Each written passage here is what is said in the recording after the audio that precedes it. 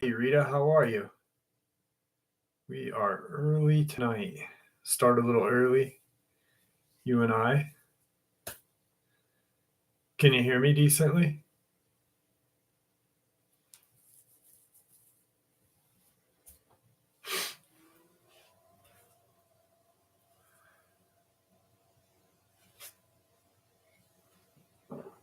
Awesome. Awesome. Wonder how long it'll take before people get notifications. How was your day today? Good? Larry Hart, Troy, how are you guys? Lunatic, Southern Charmer. Michael, how are you? Michael Middleton. Sherry Strong, Herman, Jesse Good, Kathy Hayes. Sean, how are you, buddy?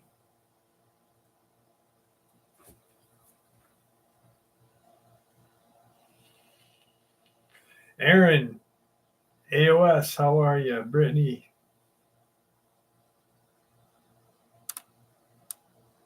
I said hi to you, Rita. I was talking to you. I don't think you could hear me, but you did say you could hear me loud and clear, so that was weird.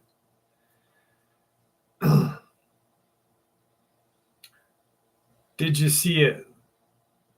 Thank you, Larry. Celeste. DB Mac, what's going on? DB Mac is with us. Tom Price. Robert Chapman. What's up, Angel? Oh, I said your name. I said Rita. What's up, Tasha? How are you? Dina, how are you?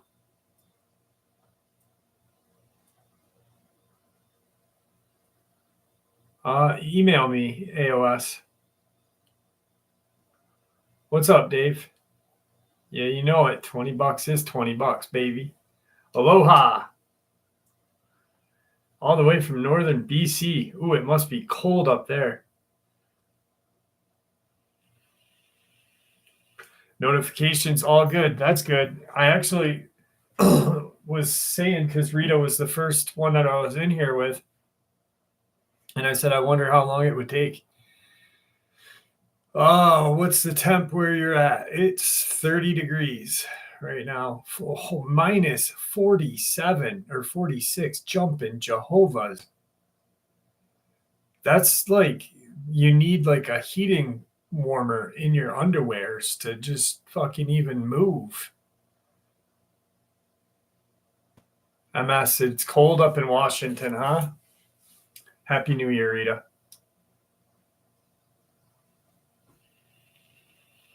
What's up, Gravity? Melissa Stock is in the house. 24 in Seattle. Mr. G. Mr. G's enjoying the 50-degree weather. Hell yeah. -8 in Colorado. Yeah, the weatherman really messed up. We were supposed to have like wind storms and snowstorms, and it was like 43 today. Snow's melting. I'm like, this is wonderful. I saw -58 in North Dakota. Oh, shit.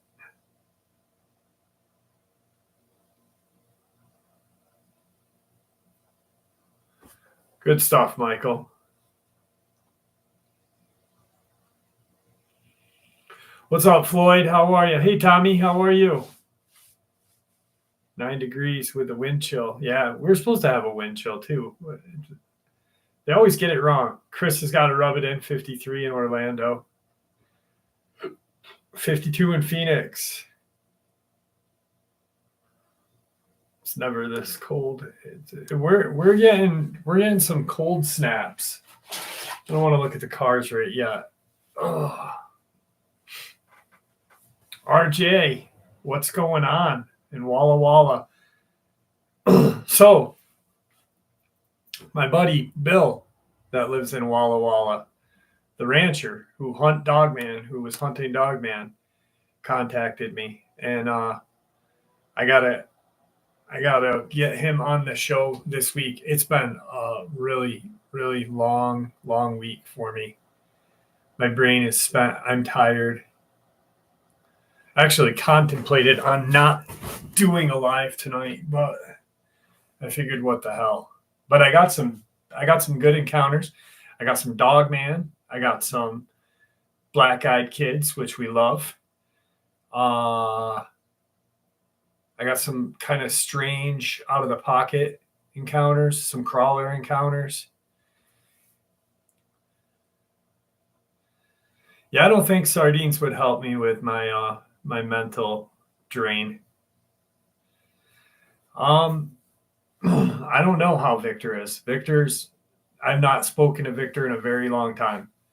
Steph is doing better.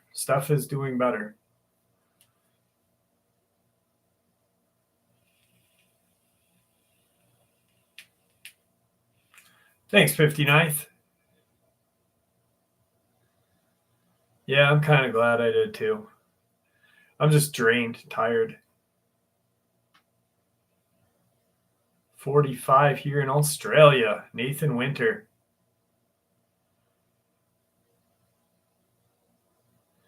What's up, John Barfield? How are you tonight? Minus 17 in Northwest Indiana. Holy shit, I didn't think it got that cold up there. Wow. Shit. That's like teeth cracking cold. You're not late, Simone. You're in time. You're early. You're 7 minutes early. What's up, Nick? How are you? Yeah, I don't know. You probably didn't listen to the upload then because I said it's not there. That's why I put the you don't know how many people commented on that. And I played the video for my 16-year-old daughter. And I said, Bud, what do you get out of this? And I said, why would I put the link in the description and say, guys, it's gone for that reason, to show you that it's gone. And every time I try to post it on YouTube, which I said 7 times in that video, that it's gone. I'm an hour north of Schenectady, Sean. So the video is gone. I have it. I have it on my phone right here. And the link ships you to the webpage, which is ridiculous. Yeah, they took the link down. They took the video down. And I'm glad that I printed the experience out, the encounter out, and saved the video to my phone. I wonder if I played it. Let's see. First, I wonder if you'd even be able to see it. Let me see. Okay, here we go. I'm going to try to play it here to see if you guys can see it.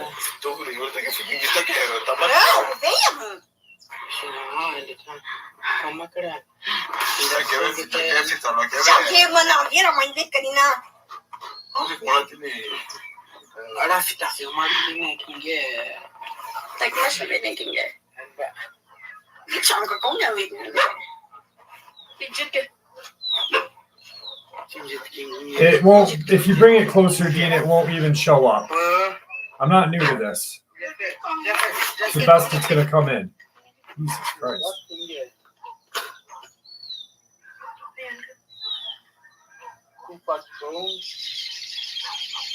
Now, what they're saying in a few of those things, they're saying it was here. Oh my God. And then the Vim one is like, it's here. So like the interpretation thing was like, it was here, and then it's here.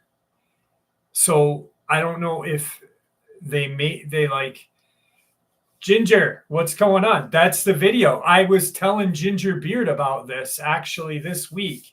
He and I were talking about it. And I was like, dude, I've got this video. Every time I put it anywhere, they fucking it won't play on TikTok. They take it down immediately. They take it down on YouTube. I put it right in the middle of that video. What's up, Joe? How are you? Closeted Psychic, how are you? Tanks Channel, Charlie, Nez, Adam. So they take it down. They don't want it up.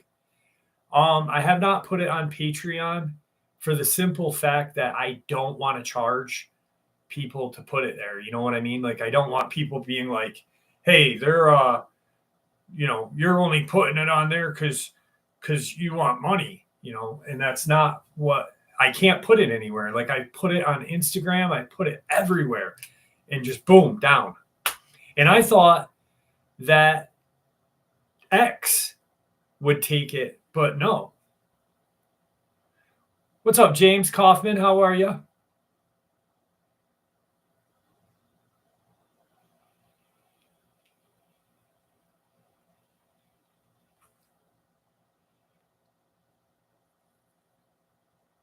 Yeah, the cold is definitely.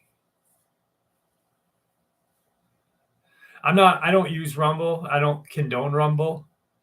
I'm going to stick with YouTube. YouTube's been around for far longer, and Rumble will not be around as long as YouTube. I guarantee 100%.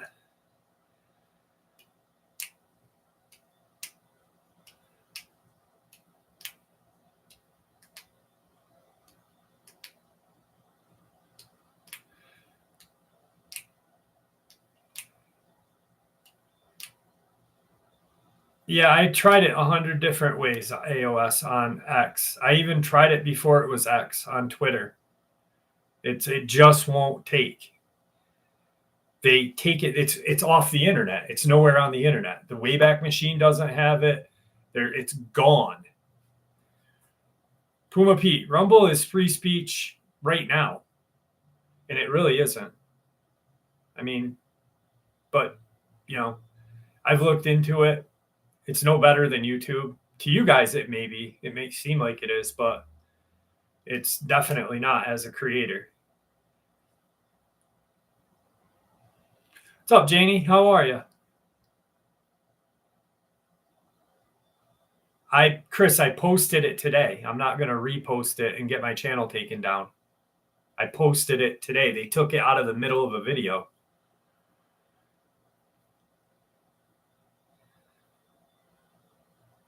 I don't know. I don't know how I am as of right now. I did have a question. I tried to talk to a few buddies where I used to live. I know Ohio, but I know there's some crazy experiences in Ohio.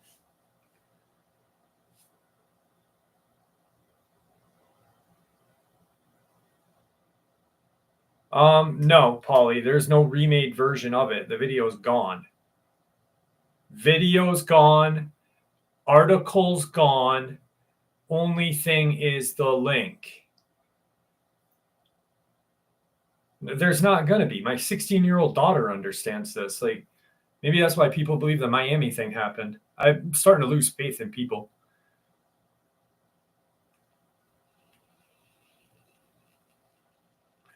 Puppies do. What kind of puppies?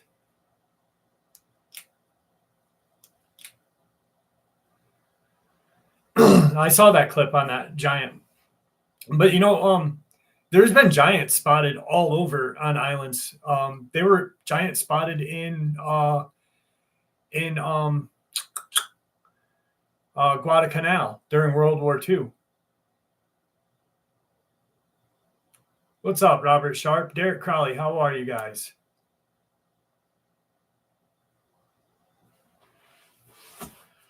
Oh.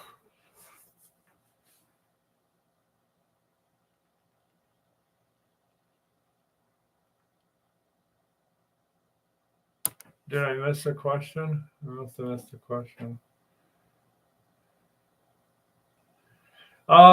Katie, sometimes, but not really.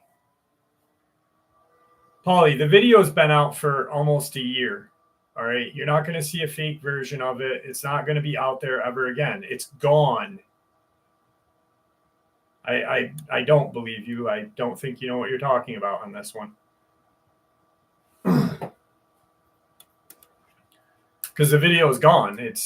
No one even remembers it. Only the people that saw it and caught it very quickly. For real. Like, I posted it. I had the video up once, and then it was taken down. I think it stayed up for approximately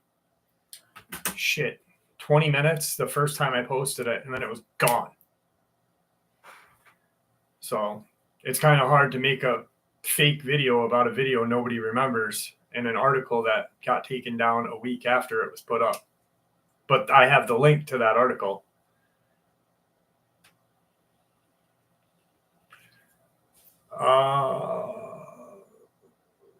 The fake alien thing, yeah, I just commented on that. Complete joke. I'm starting to lose faith in the whole community. People believe in that. It's like you guys will believe creepypastas. Not you guys, but the people.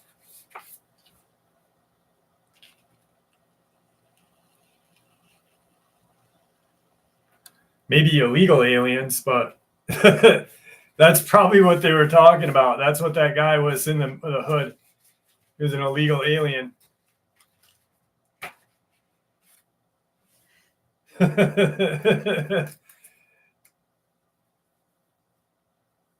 Nothing against illegal aliens. You know, they need like freedom and shit too, but do it the right way.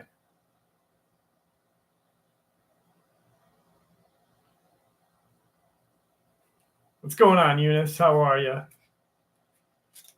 I'm going to be in the woods here. Be careful, Alex. Be careful, please.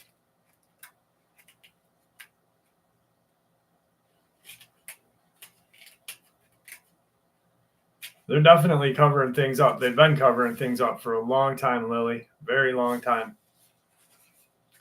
I don't know. This video is fucking nuts, though. Like, I'm going to figure out a way of doing it. I might put it on Patreon just to see. And then see if there's a way of putting it out. See, the crazy thing is like, okay, here's the thing that gets me. I was like, well, this video should stay up because you can watch like people getting their faces beaten in on YouTube. Like, there are some really graphic videos, you know what I mean, on YouTube daily. And the instant this video even pops up, it's down. I literally had it in the middle of the video that I posted, and you can see there's like a half a second delay in the video. Like, it was just taken out instantly, and I was like, what the hell?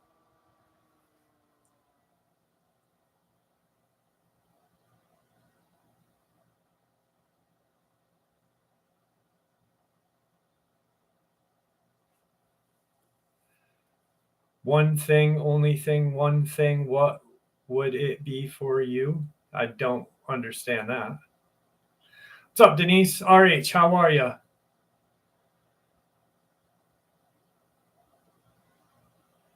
The video is about the upload that I put out today. It pretty much was a Dogman attack in Brazil. The news article, I put the video out. The news article is short and simple. A couple was attacked by an unknown animal. Unofficial sources claim it took place in Brazil, although this has not yet been confirmed. Yet translated from Portuguese via Google Translator, so that's Brazil's primary language. According to reports from survivors who pretended to be dead at the time, they saw that it was a large creature, all black, in format of a large giant dog that stood on its feet with huge claws and teeth, large fangs. The victims came from a village in which they belonged to a tribe. About 20 to 30 people were attacked and 7 were killed and severely wounded. Some managed to escape. Several reports that this animal is taller than a man and very strong and fast. He must be 2 meters tall, so report local in the region who were frightened to stay alone at night. The fact is already that this is the 4th time in less than a month without further information. So There was that article and then this like 30-second video clip, and then it's gone. What's up, Moose McGrew? You lost power for freaking 4 days? Holy crap, I'm sorry for you.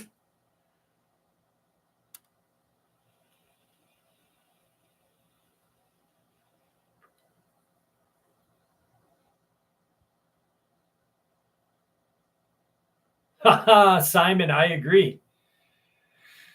I agree. It's sad. Craig, how are you? Tank, thank you for joining us tonight for a little bit, man. Thank you for joining us, and stay well. $20 is $20, guys. $20. Oh, blizzard in Wisconsin. Oh, shit.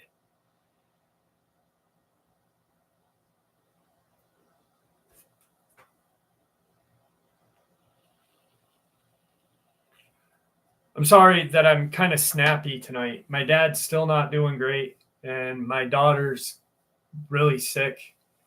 I had to take her to the hospital earlier in the week for a little bit, for a couple of hours, 2 days in a row. But my dad had a Medivac put in the other day on his groin area, and then he ripped it out because the dementia and the fucking hallucinations are just, and it's just getting worse and worse. So I'm in, like, I didn't mean to bite anyone's head off. I'm just fucking crabby.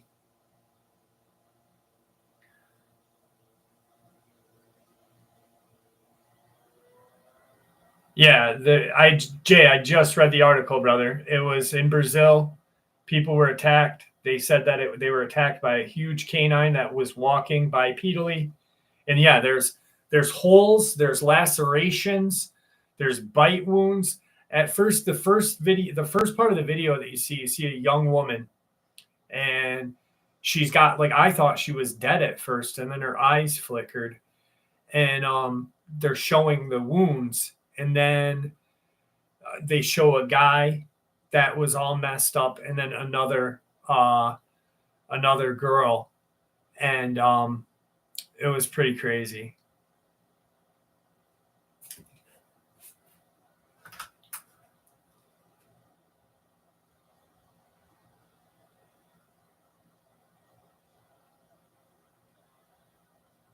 Nick, I didn't get it. Oh, yep, I got it. Yep, that's the only thing. That's the only thing on Reddit, and that is the exact. That's the exact. That is the exact link. But then when you click on it, it brings you to U.S. crimes. You can't find it. You scroll through and you can't find it. I sat there for like 2 hours trying to find the damn thing. Thank you, Lily. Thank you. Jill Baker, how are you? Yes, Jill. Yes, I did cover that one a while ago. Yes, 100%. Thank you for remembering. Ginger, I'm sorry that's crazy. Swamp Life Mysteries and Paranormal. How are you? That's a good name. I like that. Planters Guy. How are you? So yeah, guys, I'm sorry. Polly, Peanut, I really didn't mean to bite your head off. I'm sorry. Honestly, I contemplated on not doing it because this live stream, because I knew I was going to be a crabby little fucking $20. That means cocksucker. But I did it anyway because Derek Crowley, thank you, brother. Appreciate that. Really do. I did it anyway because I knew I needed to get out of my fucking head for a little bit.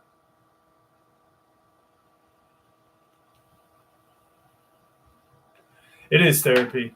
You're right. So Jimmy, ha ha ha ha. That reminds me. Thank you for laughing, because you just reminded me. Your name reminded me of. So my friend, Jim Palatino, he is the cinematographer for Ed and Lorraine Warren, and he he filmed for Father Malachi Martin for a little bit. Devil's Hostage. He's coming on the show pretty soon. Hopefully this week I can get our schedules mixed.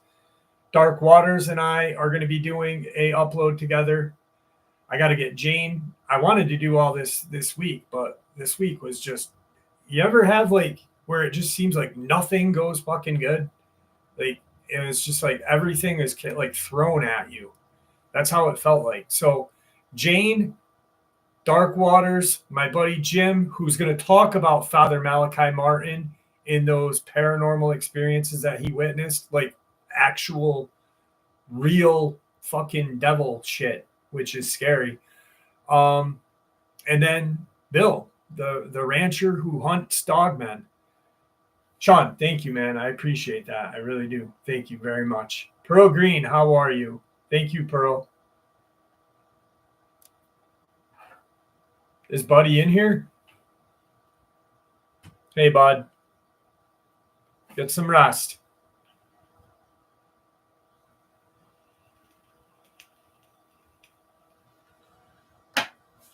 So, I found your channel through Dark Waters. Awesome. Thanks, Swamp Life. I'm glad that you're here. I really am. I'm ready to hear. Bill's fucking the madman.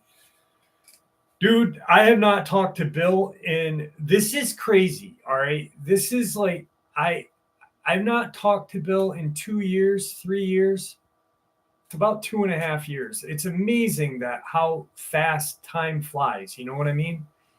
And he texts me out of the blue. I love you too, baby. He texts me out of the blue and he says, hey, how are you? It's Bill from Walla Walla, Washington. And I'm like, wait a second. I just re-uploaded your upload the other day. He's like, I don't have your address. He's like, I'm not a stalker. And I sent him the picture. I'm like, is this you? And he goes, that's me. And he's like, I got a check I want to send you. And he sent me a fucking check. And I'm like, what the hell, dude? I'm like, thank you so much.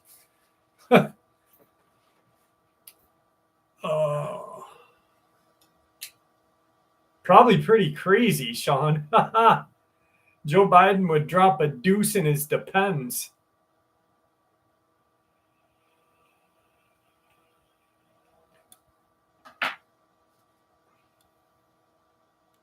Yes, welcome to 2024. It's a fucking shit storm already. Yeah, Gigi. Well, you know, when you're an actual Tracy, thank you so much. Thank you. When you're an actual rancher who lives on a ranch and rides horses through the woods to hunt dogmen, yeah. He's the real fucking deal. Awesome, AOS. Thank you very much. I still want you to do like a painting or something for me.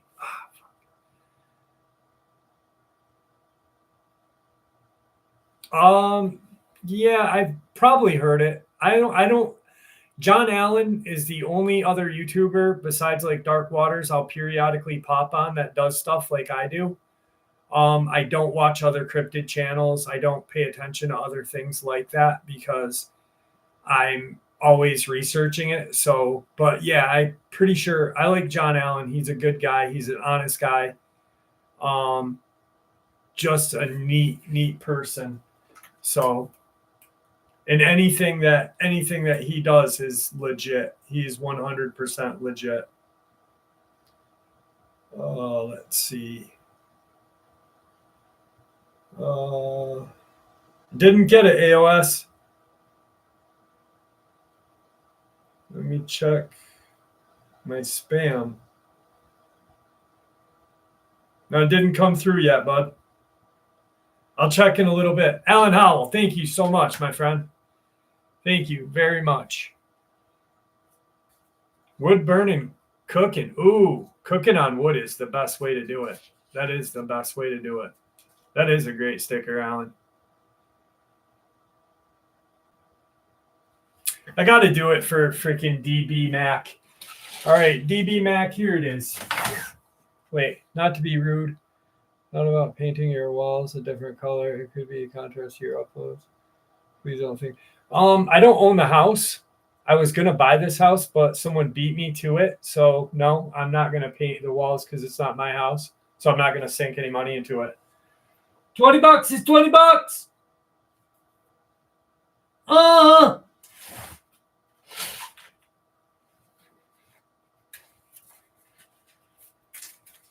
Like I'll tell you how, and then we'll get into some encounters.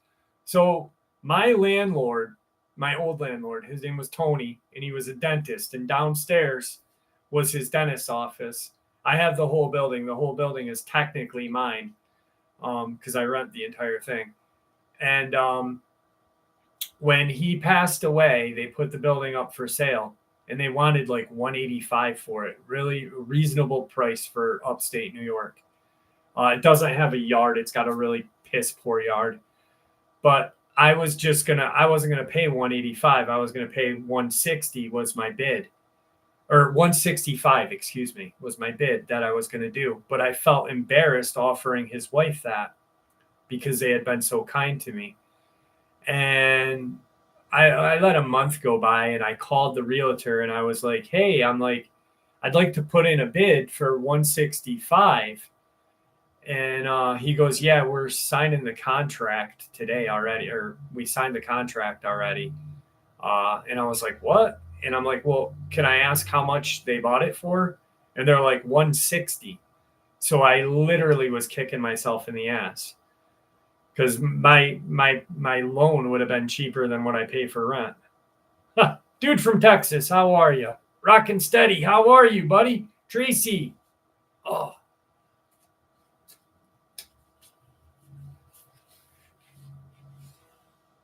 Thank you, Katie. All right, so I've got some really good encounters. We're going to start this off with, I don't know if you guys have ever heard of the Wampus cat. I've been looking at other places. I've been looking at like Wyoming, Montana, out there, and other places. What's up, Planet X? I like that name. That's a good name. All right, here we go. I don't know if you guys know what a Wampus cat is, but we will soon find out together. I know what it is, and I'm sure you guys do too. All right. I live on the edge of the North Carolina coast, and I've been in this beach town my whole life. You get a few miles west from the beach, and you are immediately in the country. My mom's side has lived here as far back as memory serves. My dad is a Sioux whose mother moved him here as a child away from the reservation. Since I can remember, my mom's side of the family has had run-ins with the Wampus cat. Legends vary depending on where you are, but commonly around here it is said that she was a Cherokee woman who snuck into the woods to listen in on the males only meeting that included the chief and their medicine man. Not sure if that's correct term for the tribe. She wore the skin of a cougar as a disguise, but when she was found out, the medicine man cursed her to forever wear the cougar skin. She now stalks people for what reason I don't know, but it follows me and my family and always has. We've gotten so used to this Wampus cat, we just expect her when we move to a new house or the seasons are changing. We find ourselves in the moment of emotional weakness. When my mom had a rough day being bullied in middle school back in the 80s, she was crying and riding her bike down a country dirt road. The sun was setting, but it was not yet dark. Behind her, she hears this shriek that she had never heard before. It sounded like an eagle scream, but with a gurgling gutturalness of a cougar's roar. So she turned around and she sees this huge creature, dark matted fur, in the stance of a gorilla, stands in when it walks on its knuckles, back legs crouched a bit, chest and head up, and supported by its arms on its knuckles. She turns around and races on her bike all the way home. She told her mom what she saw, and she calmly said, "That's the Wampus cat. They've never hurt us. They just spook you." And that was that. So I grew up with my native dad superstitious as hell and practically jumping under the bed to hide when we heard the Wampus cat scream in the backyard some nights, while my mom and grandma just kind of acknowledged, oh, there's the cat again. And I've gone my whole life with this as completely normal.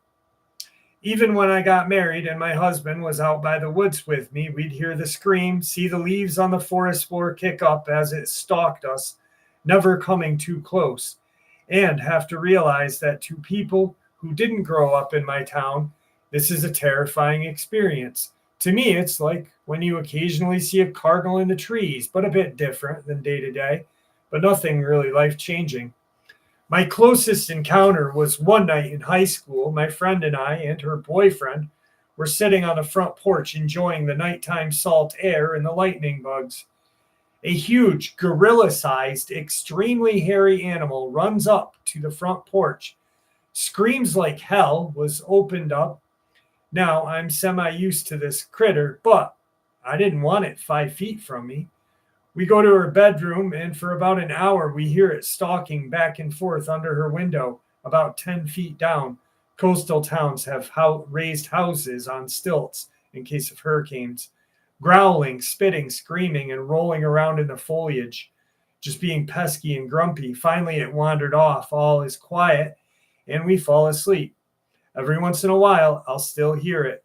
It's just life here. This town is extremely haunted. I've grown up a few miles from Fort Fisher battleground and many historic and tragic places. I have too many unnatural encounters with all sorts of things to put in this, but that's it. My experience with the not so talked about creature that's just part of my life. What's up? Not many names left. How are you?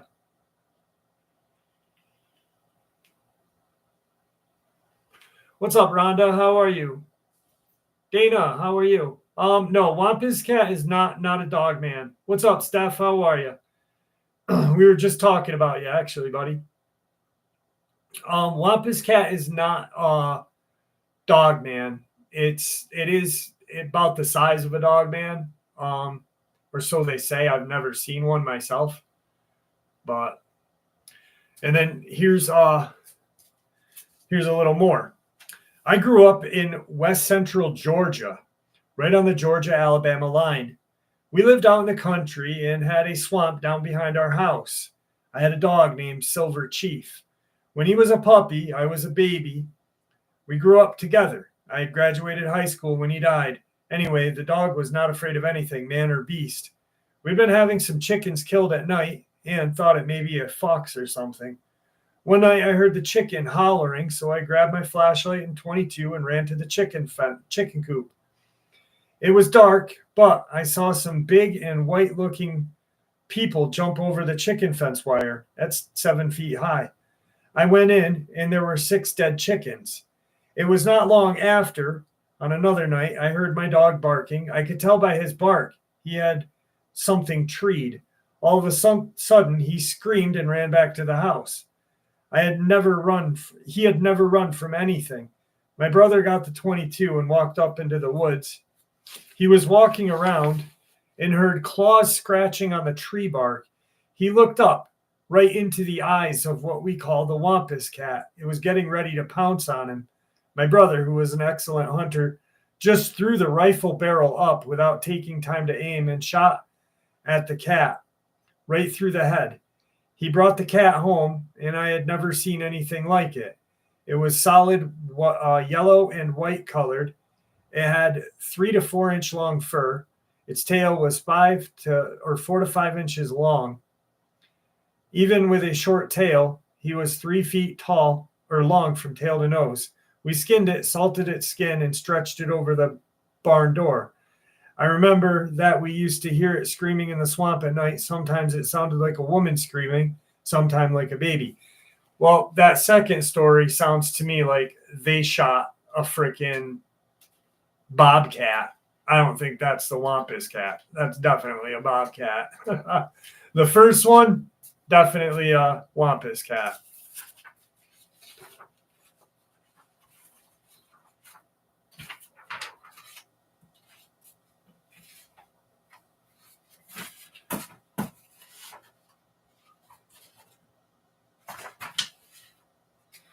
All right, so Dogman, Black-eyed kids, crawler. I'll leave it up to you guys.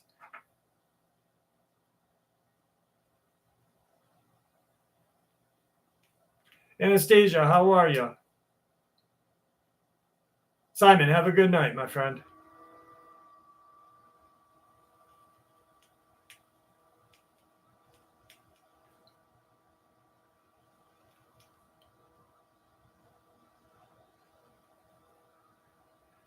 Oh, it looks like freaking Crawler's got it for the first time. Crawler actually beat out Black-eyed Kid. All right, guys. We will do Crawler. Give me 1 second. Let me find one.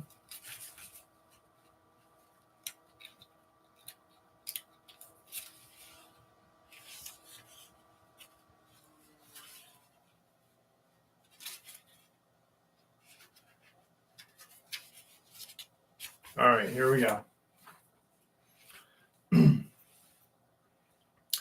This happened to me and my boyfriend 2 years ago. I decided to share it because it haunts me every day. I still have nightmares about it. It was around 2 a.m. one night, September of 2018. We live about 25 miles out of town in northern British Columbia, Canada. Our house is surrounded by woods. Because it's on a dead-end road, usually we would pull out of the driveway and turn the lights on. Why? Just a weird habit, I suppose. We both do it. This happened to me and my boyfriend. So I'm behind the wheel. I pull out and go left down the road with the high beams on. Then I see it.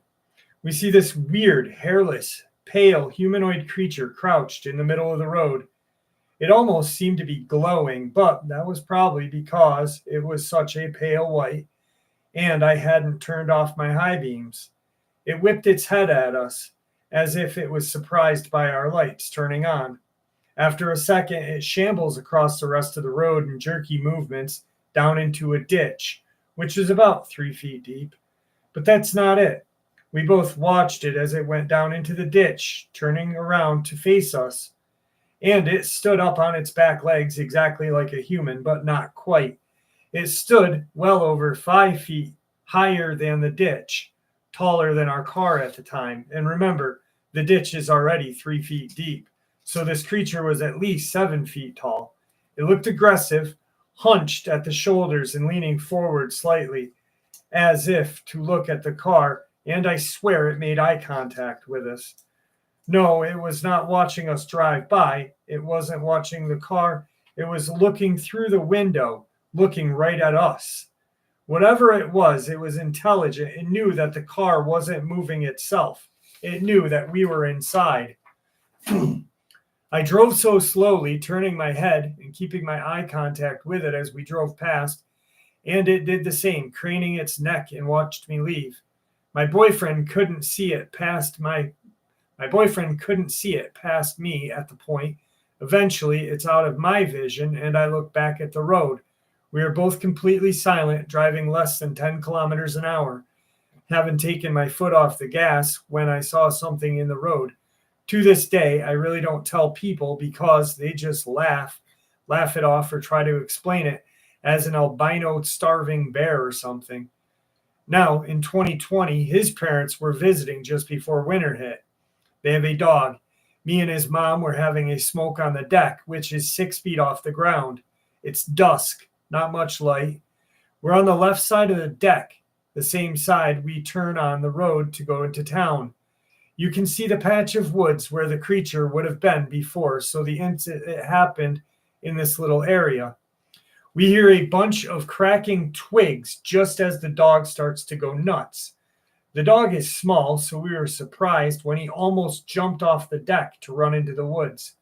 My boyfriend comes out just in time, and we see just beyond the trees, so it was obscured, a tall, lanky white form.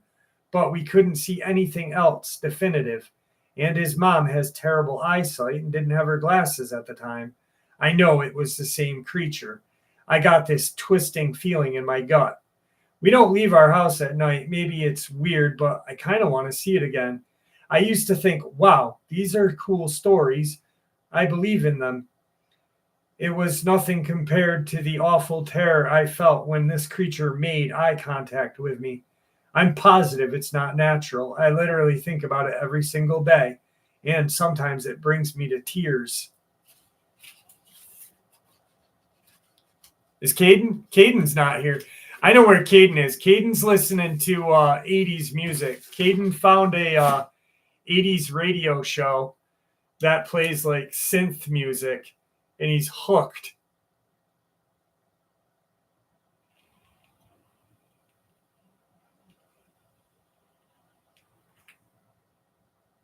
Wait, what did that say? We are getting 12, what?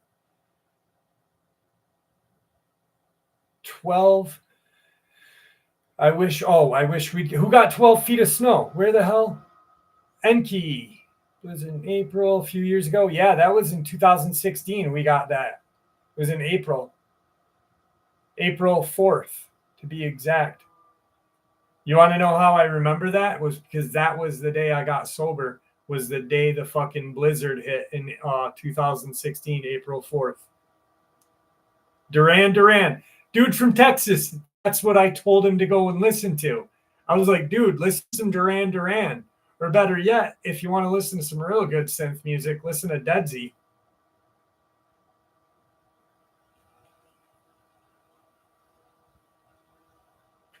$270 people with only 125 likes. Guys, come on. Please.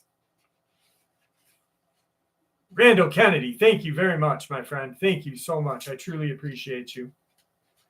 Chauffeur, the Duran Deftones version is better, I'd say.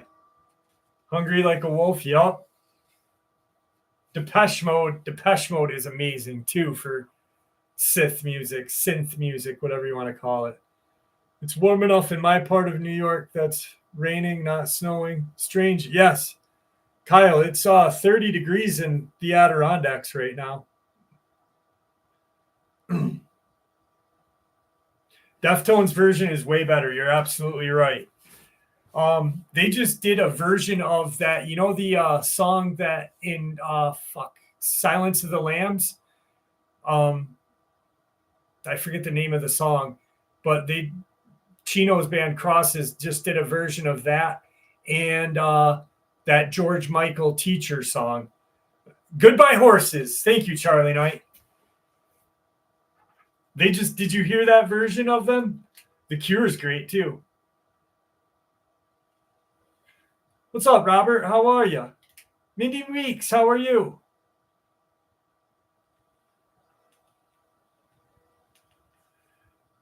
Do you get snow every year there? Yes, I do. Yes, not many names left. We usually have a lot more snow than we have right now. Tangerine Dream in the horror movie To the Keep. Lunatic Fringe. Dude, every time I hear that name, Lunatic Fringe, I think of Red Rider, that Lunatic Fringe song. Greatest song ever. One of the greatest songs ever. We used to come out to it in my wrestling team. That'd be our song my wrestling team would come out to. We'd be all in there with our fucking gay little wrestling tights, listening to Lunatic Fringe. Saying $20 is $20, baby.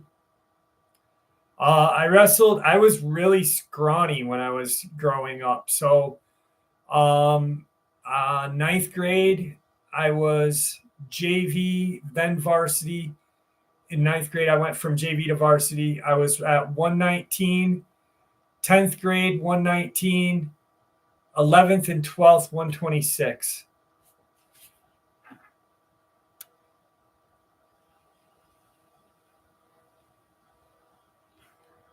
'70s music's okay. It was kind of bland, though. Compared to 80s music, '70s music was good, but 80s music was far more superior. But that's your choice and mine, too.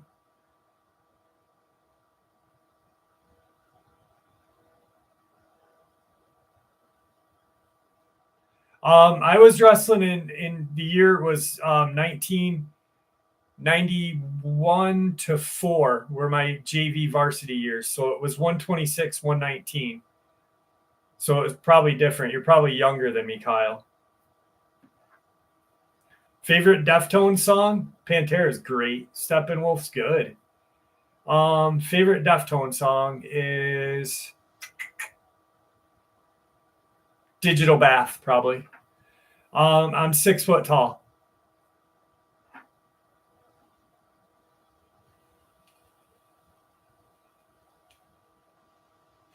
Yeah, they changed the weight classes. Well, I think it was in like 90, 98 or 99 for some reason. I don't know why. Singlets were not sexy. Singlets always like crunched my nutsack too much, and they always went up my butthole, and I didn't like it because I didn't collect the $20 as $20 at that time.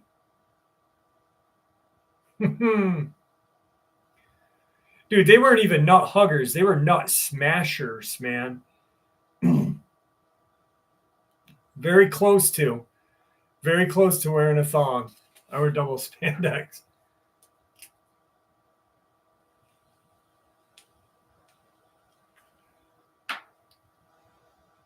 That it is completely straight, rock and steady. You know, what could be more straighter than a couple of sweaty boys rolling around a stinky freaking mat, you know, wearing tight clothes and just hoping, you know, you're in your most pubescent years or whatever. Are there any sightings in upstate New York? Chris, yes. I'd say check out my channel where I go up to where Tom Mzik disappeared. There's quite a shit ton there. I almost shit my singlet. I made a kid shit his singlet before. It was in a tournament. I wrestled a girl from it was the first girl wrestler New York State ever had. I'll tell you the story really quick. So, first girl from Burnt Hills, New York. This girl was built like a fucking tractor trailer. They were like 126. She comes out and I'm looking at her and I'm like, her arms are bigger than mine. And all my friends are fucking ragging on me. They're like, dude, you're going to lose to the girl. You're going to lose to the girl. And my coach comes up to me and he goes, Jeff, she's only wrestled this 1 year. I'm like, why is she on varsity? And they're like, because that's all they have is a varsity team. They don't have a big team. They could fill their slots and then have a couple of wrestlers left over. So they had like a shitty small team. I literally go out there and I looked and I'm like, I look back at my best friend in wrestling, Joel Morrill, and he looks at me and he smiles, this smile like, you're going to get beat by a girl in front of everybody. Because I'm like, what do I do? Where do I grab? What do I do?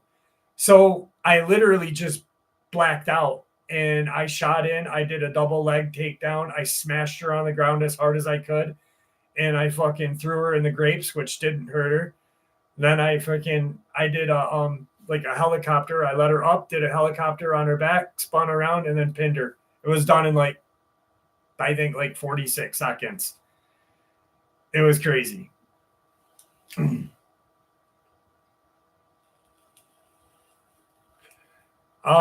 going to be 48 this year. Transformer. Yeah, you couldn't, dude. Like Joe, where'd you go? I couldn't, I don't know. I felt bad for slamming her hard, but I didn't want to lose, you know? Like, what if she grabbed my sack and squeezed? That would have hurt. Or like, what if she was like, because I wore glasses back then, so I couldn't wear my glasses when I was wrestling. So to me, she just looked like this nondescript blank turd. But what if she was pretty and I popped a Woody, you know? So I just had to beat her up quick.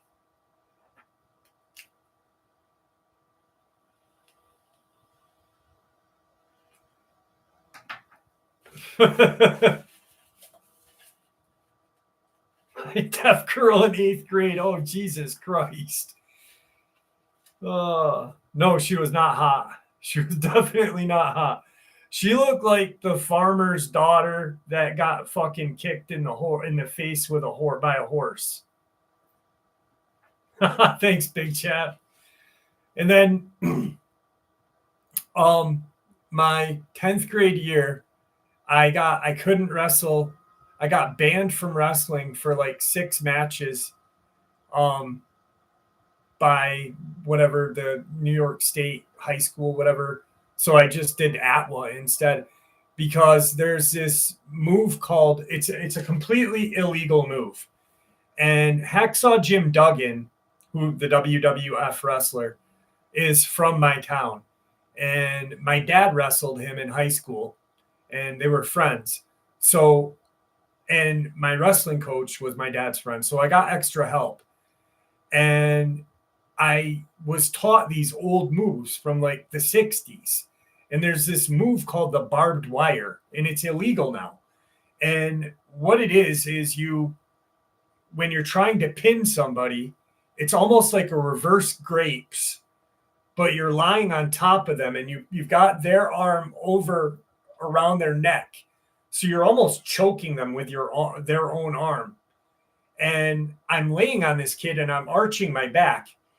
Mind you, he had kneed me in the eye, so my eye was swelled up and I was pissed. So I did it purposely because I was a dick. So I fucking wrenched his arm and I heard it pop out of socket and I fucking choked him out with his own arm. And I'm telling the ref, I'm like, he's pinned. He's out. Stop the match. Stop the match. He's pinned. And the ref's going under his shoulders. And I'm like, what the fuck, dude? So by the time I got off of him, he was like, done. The kid's mom's yelling at me. You're an asshole. Oh, my God. What's up, Derek? How are you?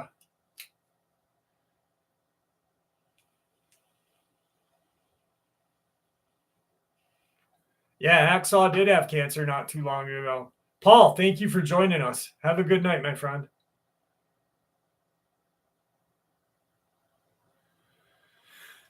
Yep.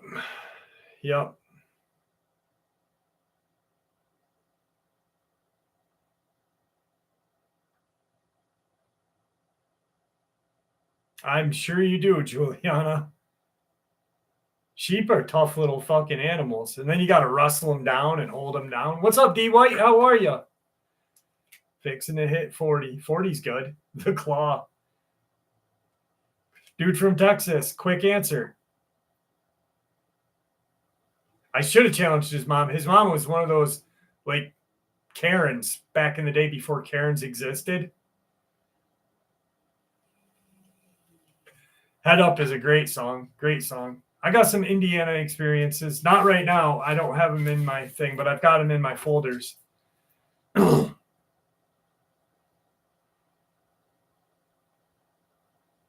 Did you see the video of the Bigfoot destroying the crime scene with a tree? Yes, I shared that video a while ago. Like, not a while ago, but about a month ago. There's not too many videos that I haven't seen and haven't shared. But I just flood the internet with fucking videos, so I guess I don't know. Good night, Robert. Waiting for the question, Texas.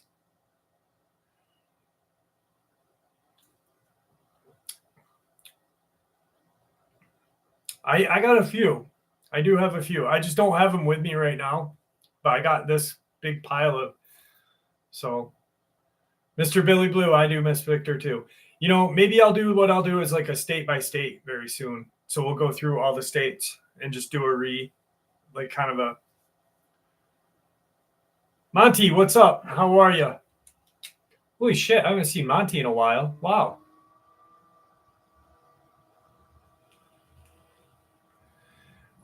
Sam, no, I don't know why you wouldn't be getting any notifications. Maybe try to click the bell off and then click it back on.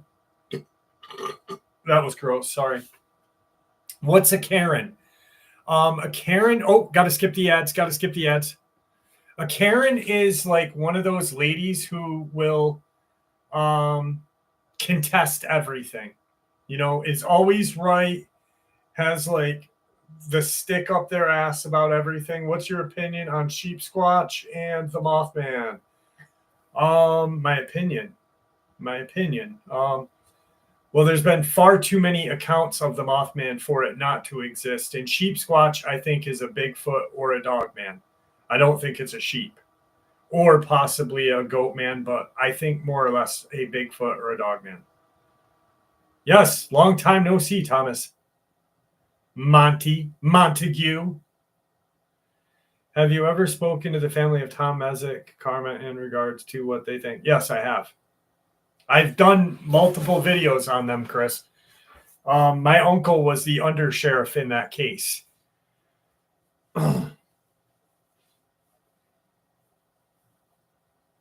Dune is a great movie. Holy shit, Dune is great. I'm still waiting from Dude for Texas question. I'm sad today. I lost my best friend, Mike Way. Oh, man, I'm sorry, War Angel. Here's some knuckle for you, brother. Here's some knuckle with you. I'm right here for you, brother. Happy birthday, Anastasia. It's your birthday today. Did I miss that? I'll be 50 next Saturday. Oh, so I hope you're here with us so we can celebrate.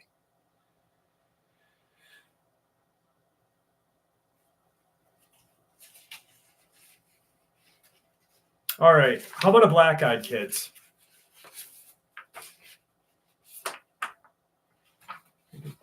That one's okay.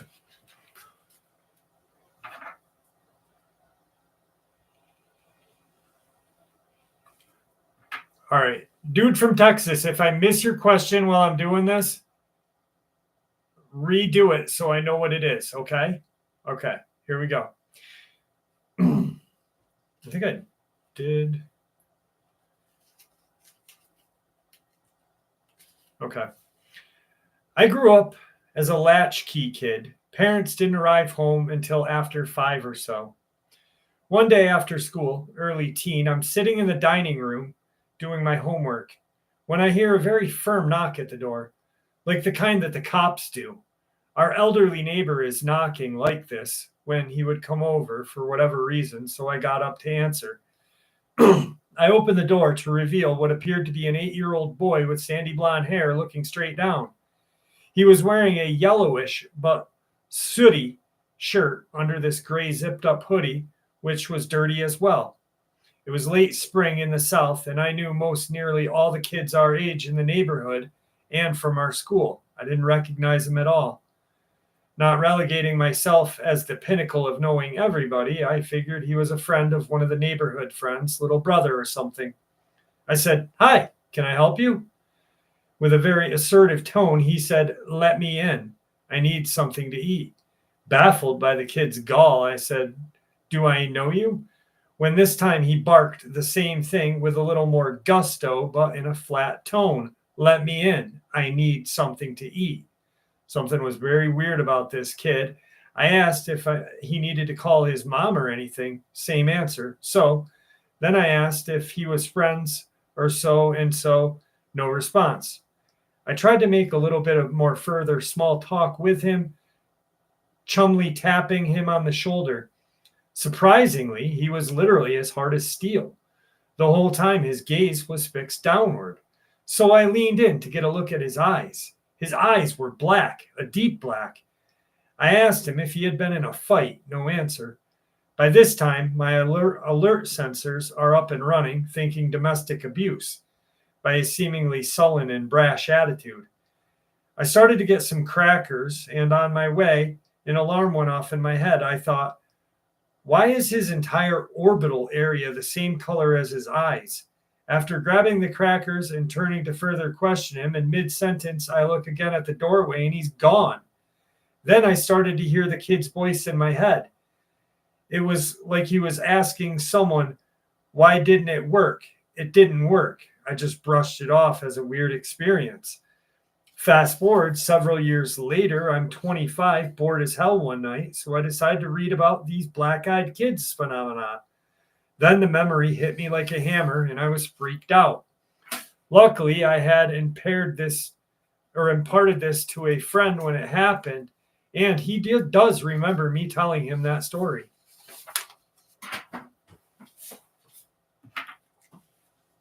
Joking. Getting there, I feel like sometime. Little dude from Texas. Let me see. Did he ask me the question?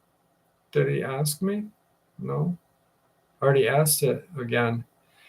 Shit, then I missed it 100 times.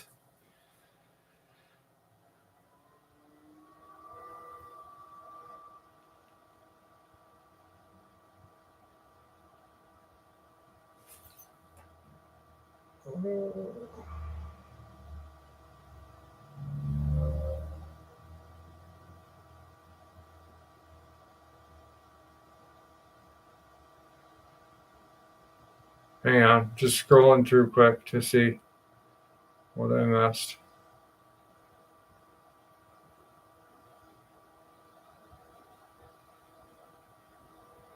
Jeff got the joke 3 sales and I'll tell him. Mickey Smith, how are you? What the hell is a singlet? It's what school wrestlers wear.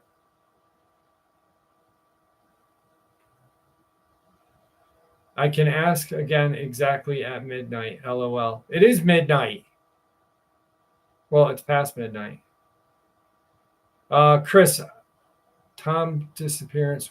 That Tom's it was 100% paranormal. I think it was a portal. I've been there. I've caught in too many things to even talk about right now. You'd have to watch the videos. My uncle was the undersheriff in the case. I made a documentary about it myself. He was in the David Paulides movie in The Hunted.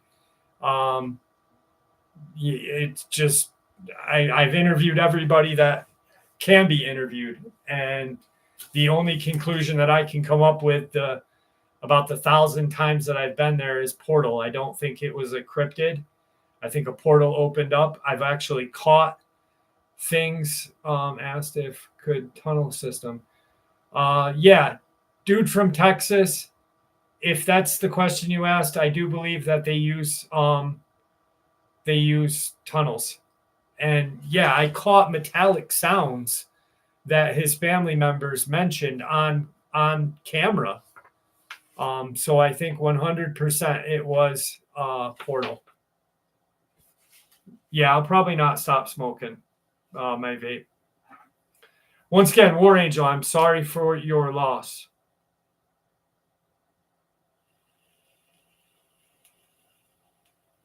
Yes, the documentary is on my channel, Gravity. Dude from Texas, is that the question? Do they use tunnels? Yes, probably, more than likely.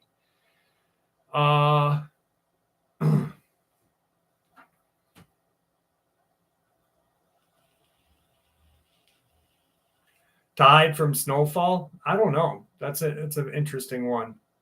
What if a black-eyed kid showed up at your door in a singlet and said $20 is $20?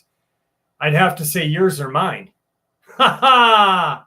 Wait, no, I'm not saying that. What's up, Billy Blue? How are you? I said I'll probably not quit ever vaping.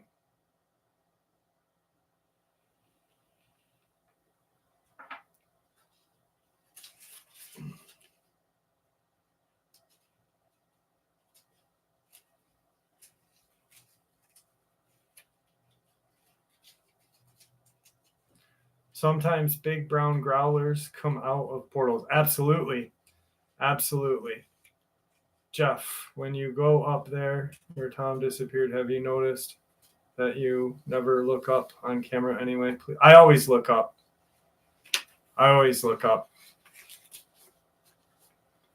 And if I caught something while I was looking up, I'd show you guys, but I'm always looking up. I've actually said that from day one, that I always look up because that's the best place to look. Dis, how are you? Good morning, Brooklyn. Yes, the one dogman that I captured. I think it was a dogman. Do you think that there still are feral people living in the woods doing horrible things to? Maybe Not so much in the Adirondacks, could be, but I don't know. But down south, yeah, in the Appalachia region.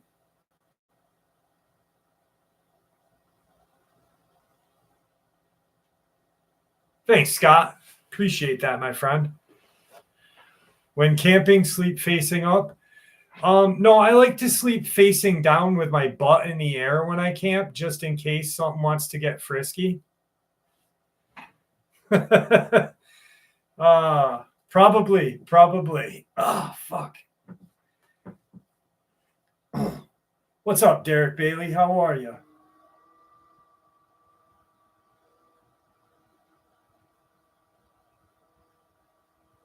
Thank you, Des. I appreciate that. I read that there are feral people in Cadiz Cove. Yes. I've had Victor on telling that he hunted them in Cadiz Cove. Dude, there was another encounter besides Tom's where I heard metallic like gate opening. I haven't heard that one. That's, I don't do the other 411s because David Politis is already doing it, and he coined the phrase, and he's doing a damn good job at exploring that. So I'm just addicted to Tom Mzik because it's in my backyard. That's the only reason.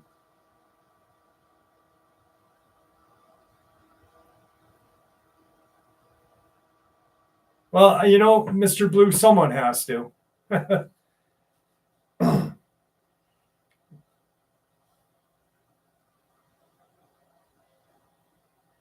No worries, Chris. No worries. That's what I wanted to do. Can you guys? Okay, so in a little bit, what I'm going to do is I'm going to run and grab a soda, and then you guys wanted to see my paranormal equipment, so I'll get that in a minute. Not a minute, but when we're deep in for a little bit. All right, how's that sound? Oh, I'm sorry for your loss. I'm sorry for your loss, Joe. Yeah, the Josh Hall. I actually just shared that search and rescue you did stuff about a month and a half ago, somewhere around there.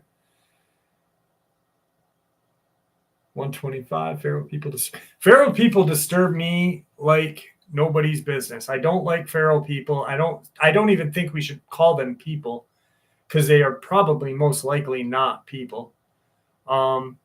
They're freaks. They scare me. They do bad things to people, and they golems. That's right.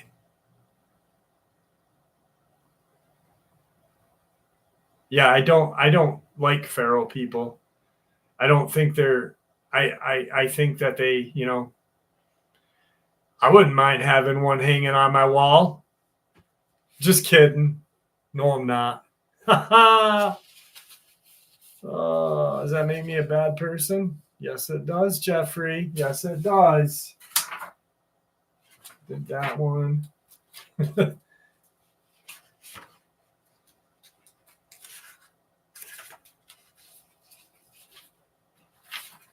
All right.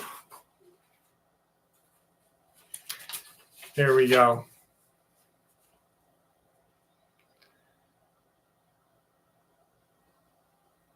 An eyewitness pulled out of her driveway onto Needle Road in Hickory Point Township, Illinois, already looking across to the west field for deer and the condition of the corn. Then south, she went about 300 yards and turned left onto Ash Avenue for approximately a half mile, turning south onto Northwest Lawn. Traveling south now, she was going extremely slow, no more than 25 miles an hour. Tall corn borders on each side of the road. As she was driving, watching for deer, and thought that in another month the corn would be harvested, this creature had appeared some 60 yards in front of me. When it emerged, the cornfield to the left, east of me on all fours, I tapped my brakes. From the offset, I knew it was not a deer, dog, or coyote. I started coasting. not knowing which way this thing was going to go. As I coasted, getting closer by the second, I could see it had stopped and started looking north, then south, then north again. It started taking small steps, like in slow motion movement, as if it were contemplating whether to continue or retreat into the field. However, it did not seem alarmed or in a hurry. Two small steps were taken, then it sniffed the ground or listened or something. It kept sniffing all the way to the road's edge, some 10 feet, turning its head continuously, north to south, north to south. Now I'm 30 to 40 feet from it. I keep tapping my brakes. At this point, it was at the gravel road edge and stopped sniffing. Then the head turned again, looking for traffic. It lifted its head and stepped out onto the road. My vehicle is now at a crawl. At approximately halfway across the road, it slowly began to rise. I've never seen anything like this. By the time it got to the other side, it was standing erect on two legs, walking. It moved at a snail's pace, again turning its head from side to side. I'm now 20 feet away. Approaching the west side of the cornfield, its left appendage reached out and pulled back the corn as if opening a curtain. As it went into the corn, I was all but even with it. Then it immediately disappeared into the field. My vehicle stopped. I backed up, pulled forward, and couldn't see it. My description of the creature: straggly long hair hanging 2 inches off of its upper arms. Back hair was thick, looking as if it was in need of a good brushing. Its tail was about a foot long, straight and bushy. Ears were located on the side of its head, the size of a human, teardrop shaped, with hair hanging off of them. The corn was 7 feet tall, and this creature was at least 6 feet tall, 6.5 feet tall. It was thin, almost undernourished. The hair color was a reddish brown, possibly due to the sunshine. It was a bright day. My only memory of its eyes, they were dark. The muzzle was like that of a wolf. It never opened its mouth. Long hair was also hanging off its paws, or whatever they were. I didn't get a good look at its feet. It never made a sound, and I didn't smell anything strange. It never really looked at me, more like it was looking through me or past me. I honestly was never nervous.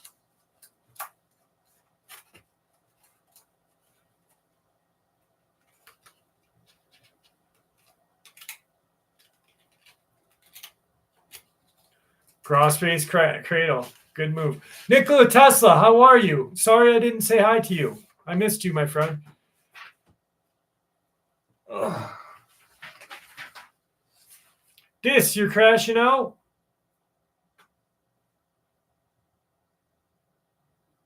Have a good night, Dis.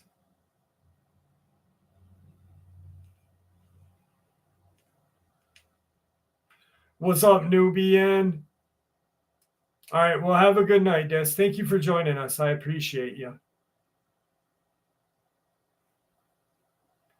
Bernice, how are you? Thank you very much. Thank you.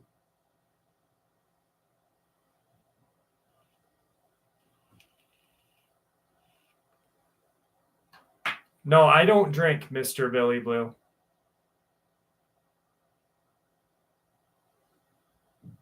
Thank you. Thank you. All right, I'm going to run and get my paranormal stuff. Give me 2 seconds. What are you doing?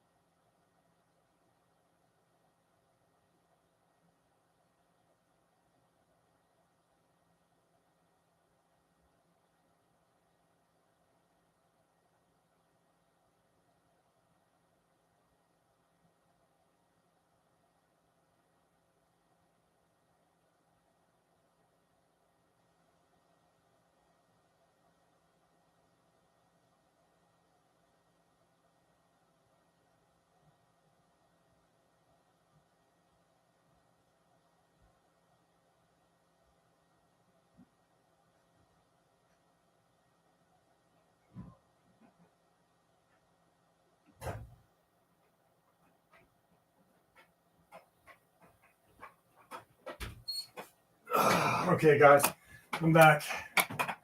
Sorry. Ugh. All right. Y'all stay here with me? All right. So, this is right here. This is an SLS camera. What this does is this shoots out a kind of like an infragreen, and you get stick figures on here. Okay. When I was at the Conjuring house, this is what I caught that's what I caught the stick figures of the crooked neck lady. And then, so that's the SLS camera. Okay. And then this is a motion activated. So you put this sitting on the ground, and if there's any movement, it catches that. Okay. So like if something paranormal goes by it.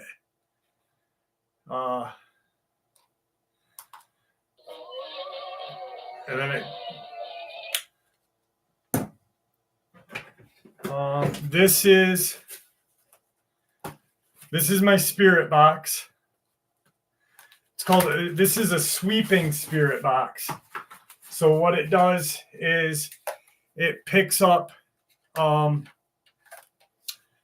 pick up frequencies that we can't hear, and you may be able to communicate with spirits and stuff along that line. So I'll quick see if I can do it.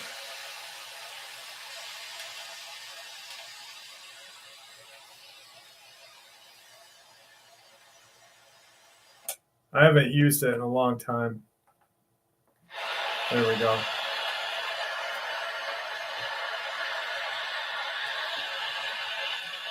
And so it'll sweep through. And if there's any detection of something there, Nino, you sexy MFer, how are you? What's up, HSH? So there's two of my things, SLS, Spirit Box, and this is kind of like a REM pod. What's in here? This is my Ovulus. So this you turn on, and so like it'll just shoot out. Choose a function, library, processing. Is anything here? I haven't used this in a while either. Oh.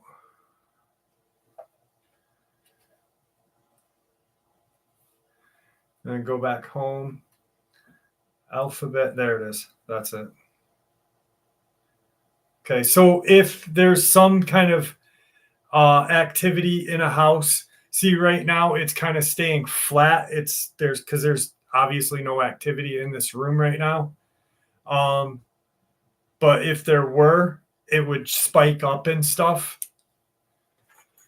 So it's called an Ovulus. Aramic, how are you? I did say hi to Aramic already.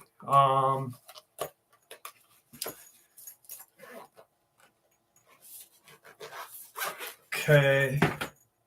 This right here is a kind of a, I forgot what it's called, but it's a meter of some sort, and it detects spirits and what are around. I haven't used this stuff in a while. but you ask it questions and it'll show you what's going on in the area. I actually got to start doing some more paranormal investigations. So that's a couple of the things. And then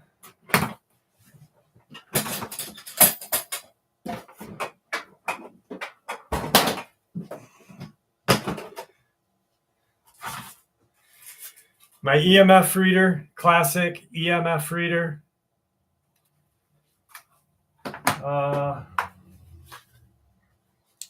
This is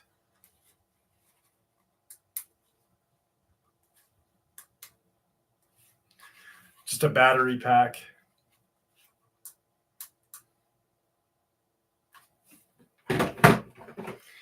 Electromagnetic EVP recorder and if you're going to get an EVP recorder, the best thing to do is get one with the one of these, a USB plug in the bottom.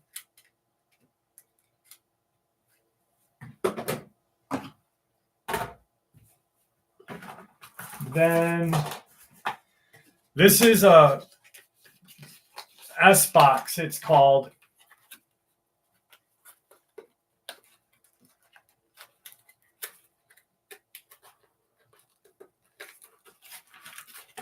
It's just a little handheld, kind of a spirit box. It's a smaller spirit box. Janie, have a good night.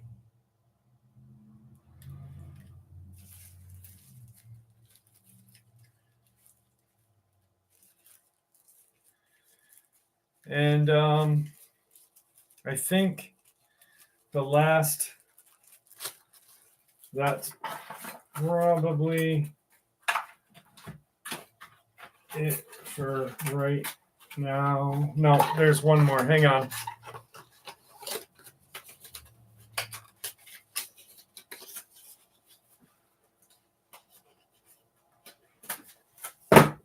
And then I've got this. Have you guys ever seen one of these? It's a parabolic listening device. So you turn it on, you put these on, and if there's anything around, it picks it up. Parabolic listening device.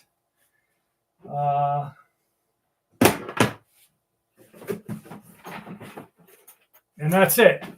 That's it for my ghost stuff.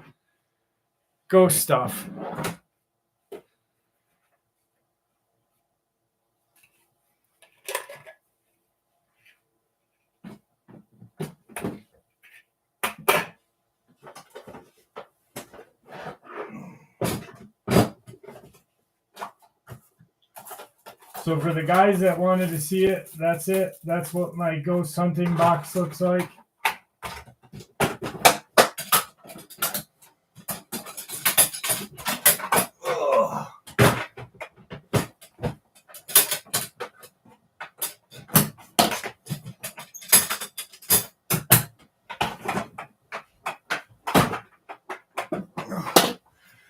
And that's it right there. What's up, Sully? Yeah, a lot of good gear. Thanks, Steph. I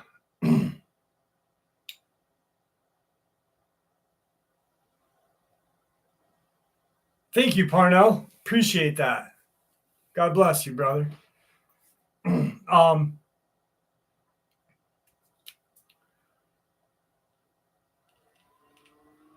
The parabolic thing was so cool. I love that thing. It's pretty neat. I didn't buy it all in one lump sum, so it was like if I were to buy all of that in a lump sum, it'd probably be expensive, but yeah.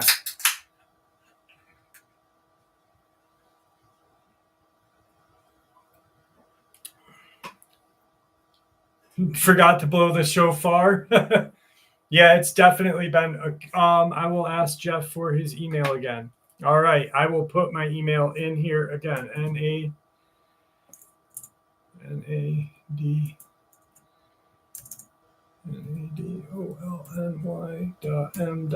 Yeah.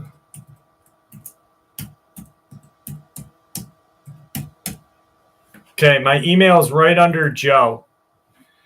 Have you ever taken your gear into the forest where Jesse disappeared? I don't know where Jesse disappeared. Where Tom Mzik disappeared, you mean? Yes, I took the EMF reader and the electric voice recorder out there.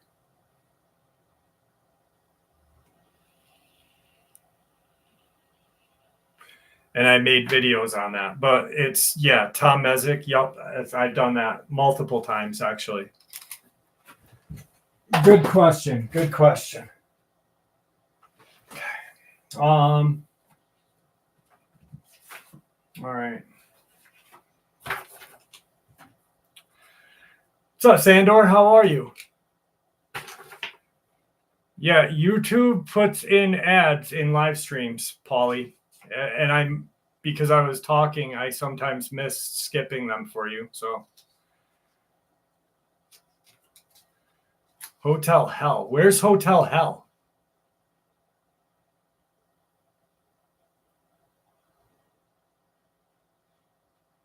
Ethan, some of the greatest experiences that I've ever shared were with Steph. Autistic. Where'd you find the print? Living the dream. Good stuff. All right. Bill will be on this week sometime, I hope.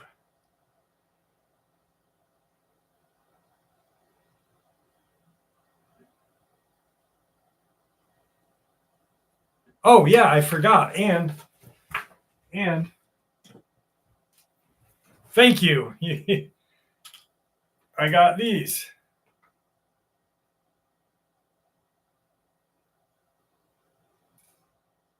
And I'm not moving them. You ask questions with these, and my daughter Isabel loves these. These are her favorite ghost hunting equipment. Yep, the old dowsing rod.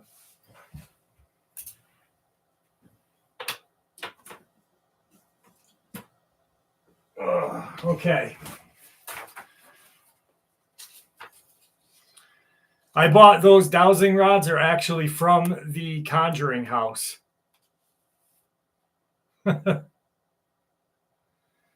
One night I was out along a road that goes past my house. We are a pretty rural area here, along West Virginia 5, which parallels the Little Kanawha River in Elizabeth to Grantsville. But animals here are always the same. Until the late 90s, the state DNR let coyotes loose, and in the early 80s, wild turkey. Now they are releasing wild elk. Yet, there are no sightings of these creatures. I've heard Black Panther and even seen 2 kittens dead. At my friend's house, her dad had chased and tried the kittens, but the mother got away. To this day, West Virginia DNR refuses to state that Black Panthers exist in West Virginia. On this night, I saw something I will never forget. I would have seen 2 huge wolves that were bigger than anything I had seen before. I know people who own wolves and have been around them. When they left on vacation, I even fed their pet wolves, so I know how big they get. But these were no regular wolves. They were twice as big as me, and they gave an eerie feeling off. They walked off the hillside and came into a foggy mist. Their eyes had a glow of yellow even before I turned my phone's flashlight on them. Yes, I had my phone in hand. Why no pictures? Because I was scared stiff, and was just able to look at these 2 wolves, with one being smaller than the other. Both were very skinny. One would say bony, gray with black color markings around their eyes and ears, brown down their backs, and gray bushy tails. Tail as long as my leg. The head were way bigger than my own, glowing yellow eyes staring right at me, slowly walking past me, both moving together and moving their heads when needing to keep me in view. Then they crossed the road and disappeared onto the riverbank, across the river on the hillside where coyotes were barking and yapping. That was until those two wolves crossed the river on that side. Dead quiet then. No noise, no bugs, no birds, no coyote. When my heart started again, I ran as fast as my legs would carry me. I posted what I saw on my Facebook page. Many said they were just northern wolves. No, wolves here in West Virginia, not here, that haven't been brought here as pets. These two were no pets. I think the smallest, the one closest, was a female. I also feel she protected me from the male, the biggest one. She nudged him to go on. I thanked her for that. He would have killed me easily. They both could have one bite and I would have been dead. It's not often I venture out further than my yard nowadays. This property has many supernatural elements to it, but that night I truly felt I saw two dogmen, one female, one male, both mates. That's kind of interesting that he said that he felt the female had protected her. There was an old Dogman experience that I think I said I narrated probably 4 years ago, and these two girls were walking through the woods. I don't remember. You should be more focused and not telling stories and pay attention to us leaving screen and missing questions. Sam Taylor, have a good night. I don't care if you unsub or not. Here, I'm going to block you from the channel. Go fuck yourself. Jesus Christ. What am I supposed to do? This is how the lives go every night, right? Every time we do a live, right? Is there anything wrong with my lives?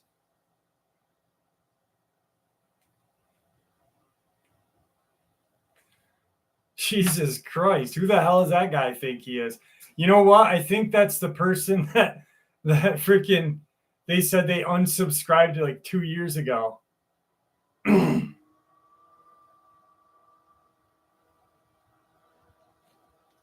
What am I supposed to do? It's encounters. We do encounters. We talk. I'm sorry I have 200 people leaving comments. Can't read them all. I try to. I think definitely Cosmic Black. Alan Howell, thank you, my friend.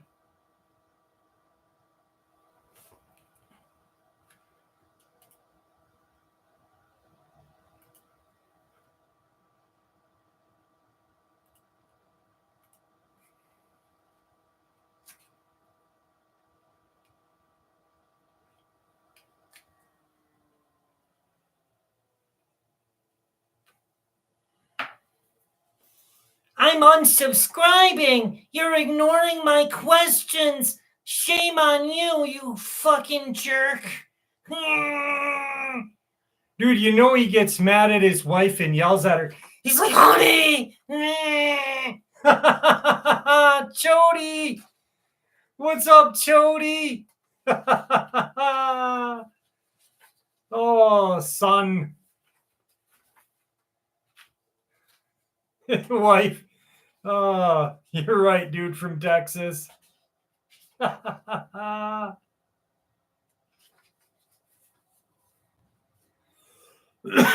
on, Nicola. I mean, I try to freaking make it like, what am I supposed to do? He's one of those neckbeards. He's like, me lady, how are you? Shit.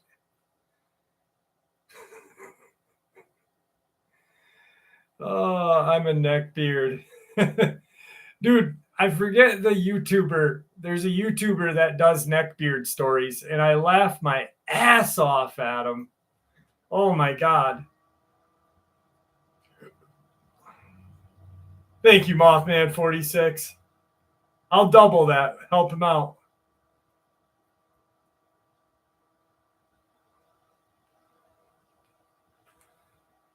I'm unsubscribing. I could just hear his voice, man. You know, if he has a wife, she probably beats him up. She's like, shut the fuck up, man. He's like, ow, stop. Oh, son of a gun. What's a neckbeard? A neckbeard is like a fedora wearing, stinky, kind of very creepy. I don't know. A neckbeard. Yes, a chode. Oh, God. How dare you ignore my questions?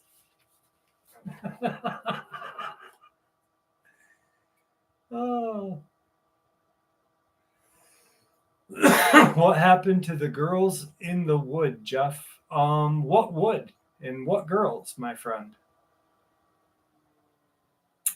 Billy D, Billy Blue, I just said what a neckbeard was. It's just like a neckbeard. I don't know. Fucking neckbeard. It's a funny name. I don't know. Like they grow their hair right under here, so they don't grow a beard. They just grow a neck beard. And the old turkey neck. Oh shit. I do have some sort of kind of like a UFO. I got an EBE one. They're talking about the Girl Scout murders. I never covered those because that was an actual murder. I know another channel covered it and tried to say it was a Dogman attack, but it was an actual murder. There's someone sitting in jail for it right now. And when people create attacks out of a fucking real tragedy is disgusting.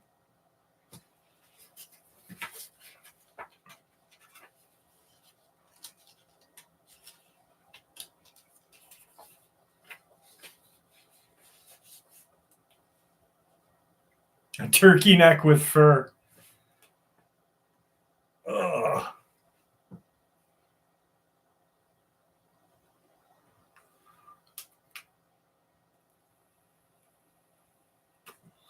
Microdork, I have a terminal illness. I don't know. I thought you've been with the channel for a long time. I was diagnosed with a terminal illness 8 years ago. I should be dead.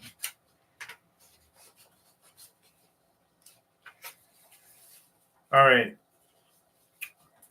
Most people say they can sense when something is about to happen. Something feels off or wrong.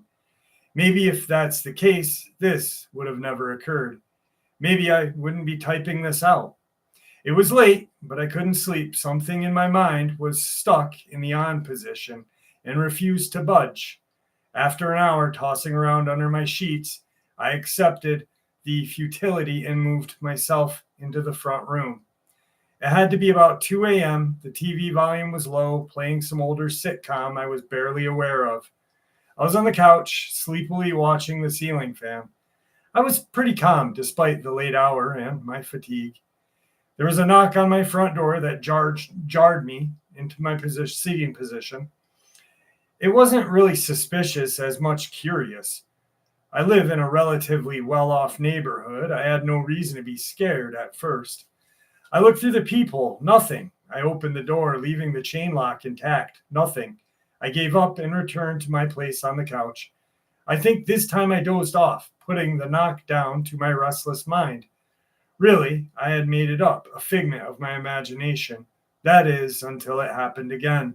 It was maybe 3 a.m. by the time I opened the door.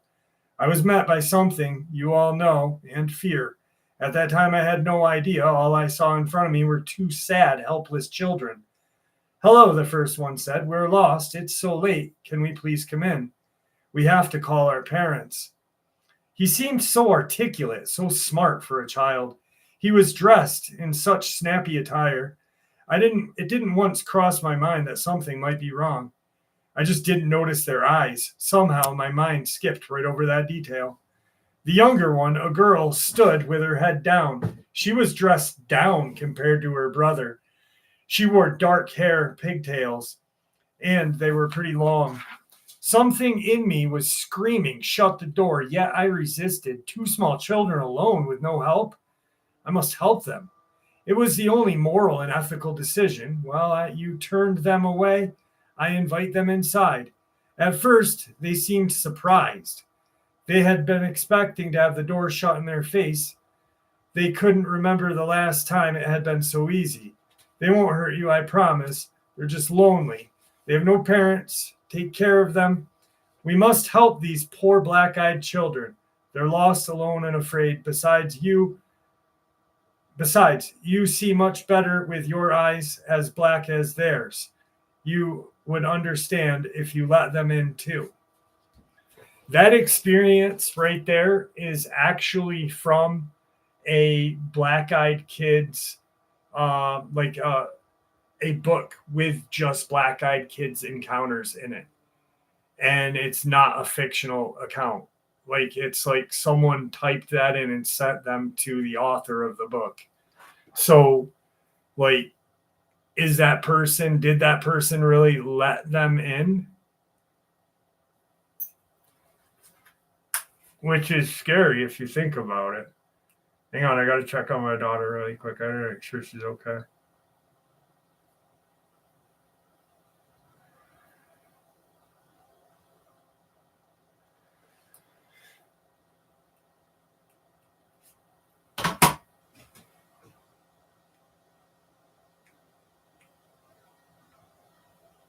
Yeah.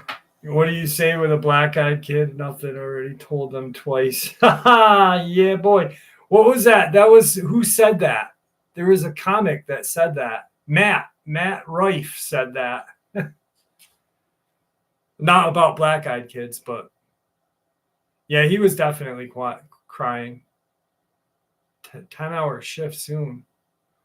Ooh, Simone, good luck on that 10-hour shift. Suji, I feel your pain, sister. Just kidding. Tim, you're not late. You're here with us. I'm glad that you're here with us.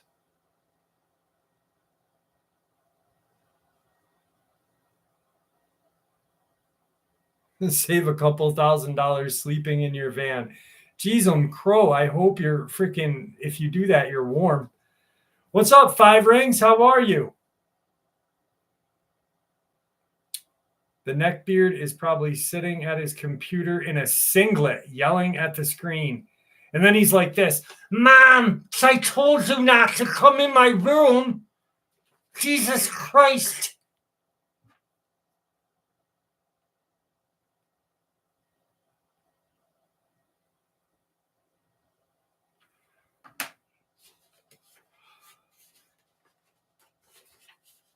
Where's my favorite boxers, Mom? I got a date tonight with this really pretty girl online.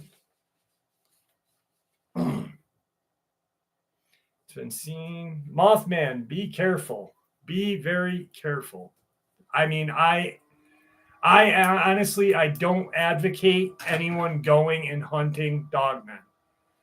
Can you give me a recap?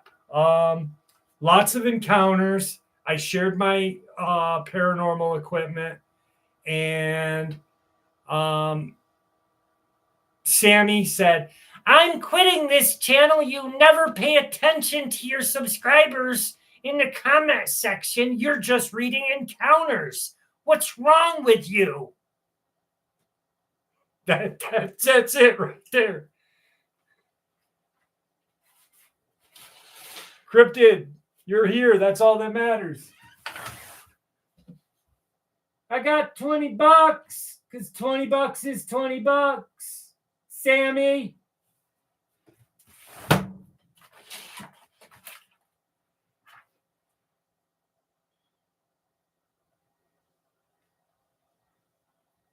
Hang on, guys. I sat on my sat on my old nut sack. Oh, that's how you know you're getting old, is when you sit on your fucking nutsack. Oh, wonder if my grandpa's balls hung to his knees.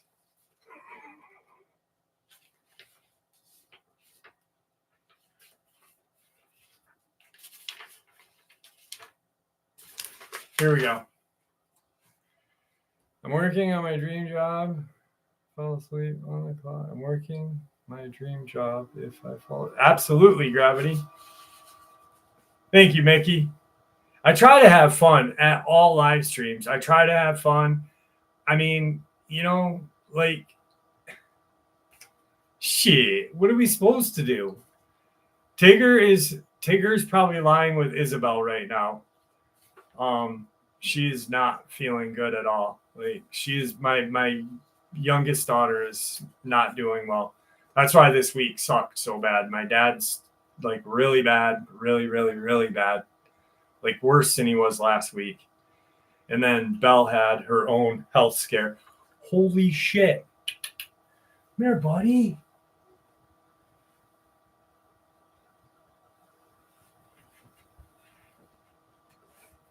There he is, right here, guys.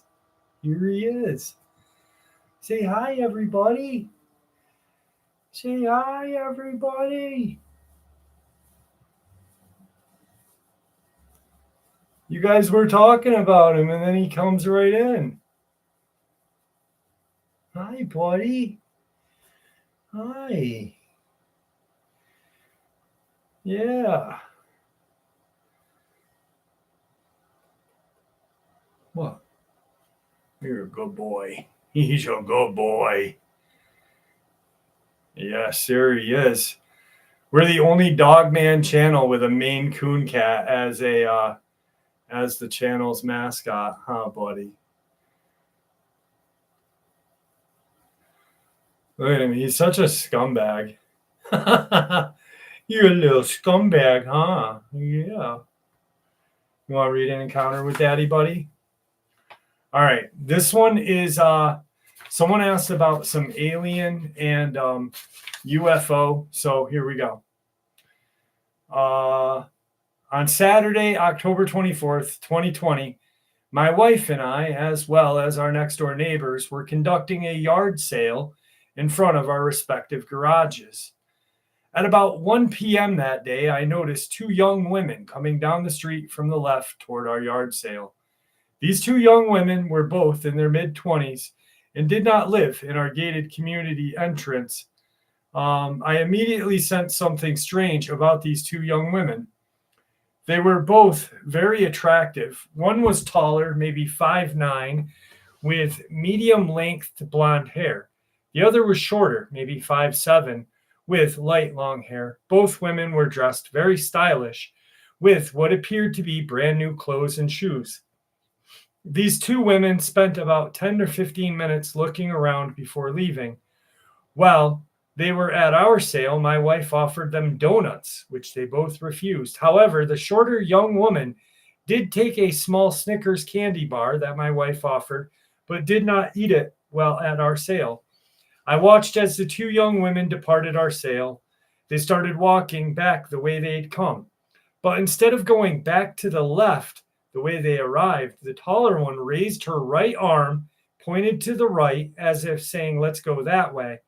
This is where things get real strange. I know for a fact that you cannot get out of our community if you go off to the right, because it is fenced in over 7-foot tall metal fence with no gate or any other opening to go through. As I watched them proceed to the right, they got off the road and onto the sidewalk that leads up to the dead-end fence.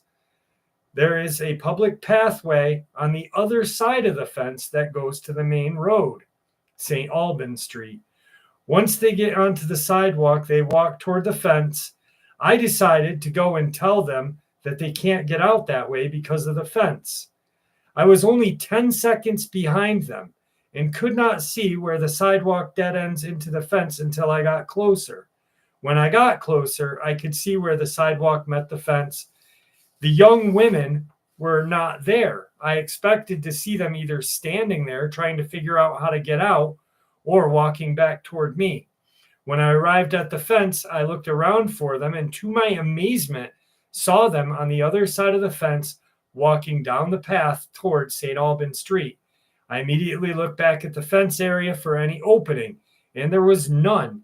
Then looked back down the path, and they were not there. These two young women would to have been very special to have gotten on the other side of the fence in less than 10 seconds. The metal fence is 7 feet high with spikes on the top and vertical metal bars about 4 inches apart. So how did these young girls get to the other side of the fence? Were they superhuman and jumped over the fence, or climbed over it within 10 seconds after doing a lot of thinking about this? My conclusion is that these two young women were actually extraterrestrial biological entities, or EBEs, dematerialized, then rematerialized on the other side of the fence, or shape-shifted, passed through that 4-inch space between the vertical bars. I have read that there are certain Nordic-type EBEs that can dematerialize and rematerialize walking through walls. I believe I encountered these two EBEs. Nothing else can explain this strange event in my mind. Damn, that was good. Ghosts. Yeah, Ann, that could have been it. Could have been ghosts, but she had picked up a Snickers bar. Steph, good seeing you here, my friend. I'm glad that you're doing better. I appreciate you stopping in.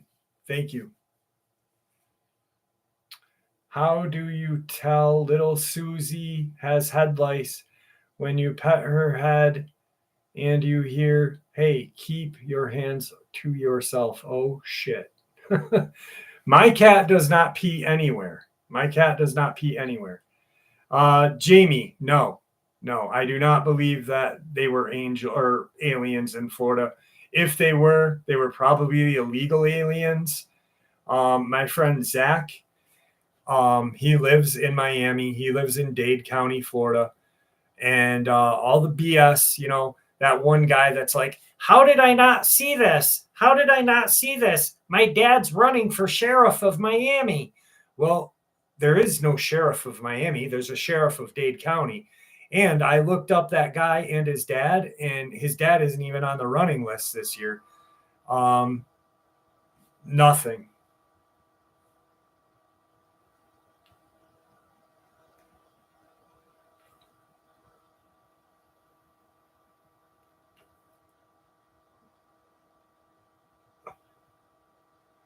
Or Anastasia, could it be the other way around?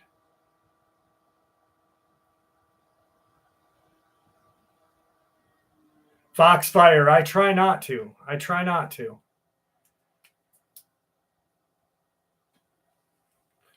It's just Dade County, John Sumner.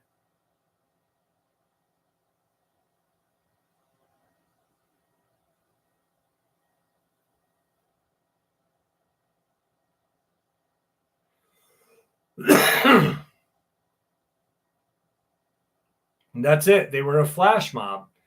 First and foremost, so we talked about it last week, and I hate to beat a dead horse, but, sometimes you just gotta kick a camel in the balls. Anyway, there was a flash mob. Also, there was an active shooter call, right? So, being that there's an active shooter call in Miami, Florida, on New Year's Day night, a large, busy shopping mall, shit goes crazy real fast.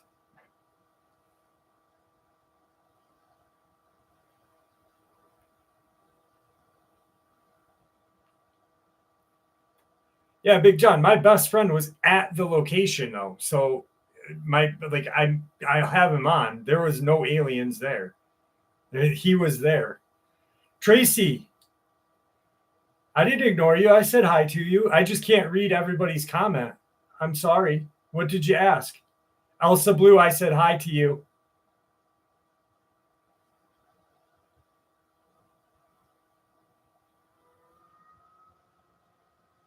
I don't always ignore you. Do you know how hard it is to read everybody's comments?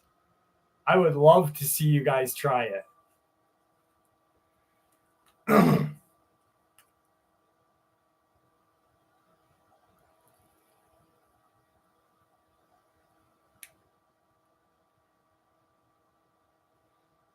It was Mephilim.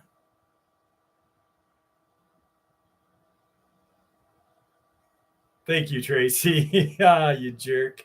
I'm just kidding. You know I am. Elsa, I didn't ignore you. I commented back to you one time. I don't think you heard me, though. Aramic, what's up? I try not to ignore anybody. Sasquatch Soprano. Speaking of Sopranos, 25 years, baby. Holy shit. Yeah, I can't. Mindy, I can't skip them all the time. It's too hard. I got to pay attention to everything. I don't think, literally, I don't think you guys know how hard it is to run a live by yourself.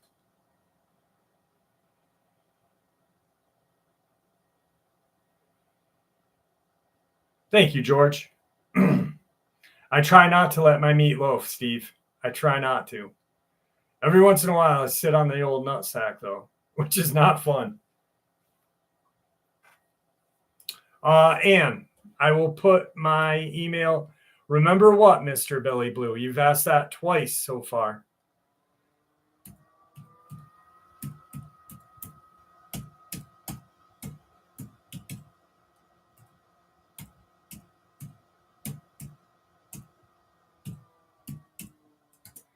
Okay.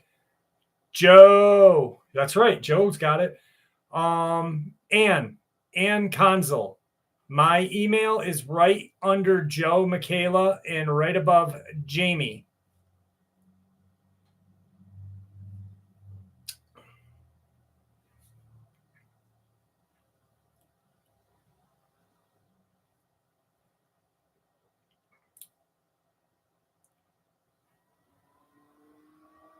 I don't know him, Anastasia.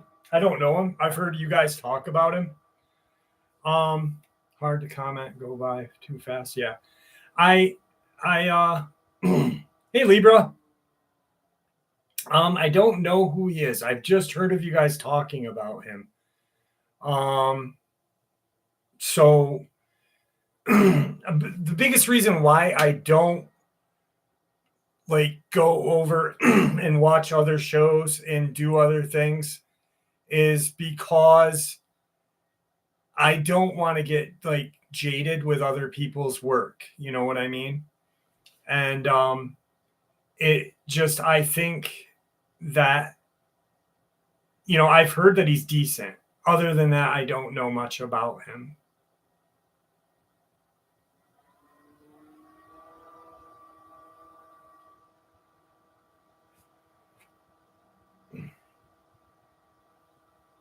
Thanks, Ethan.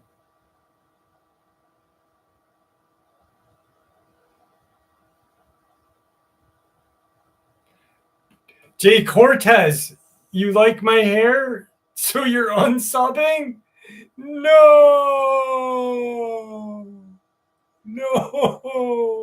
First it's Sammy. Now it's Jay. No.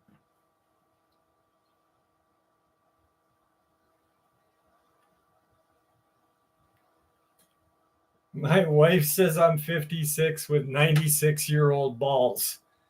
Oh, Christ. Dogman in Nebraska. I got a couple of them.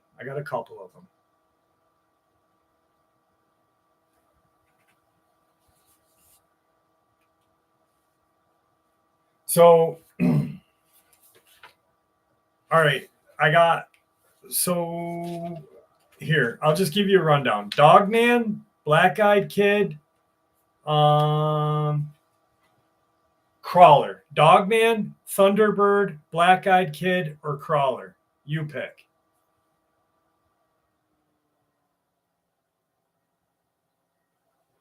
I give you special treatment, Libra. I say hi to you every time you're here. Thunderbird, Crawler, Thunderbird, Cryptid, Thunderbird, Black-Eyed Kid, Lot Lizard, Thunderbird, Dogman. I wish my family would talk about the pack of upright walking wolves that lived around them in the land of Mom lived. Where is that, Big John? Thunderbird, Thunderbird, Thunderbird, Puppy Boy, Vampire. No Enki. God dang you.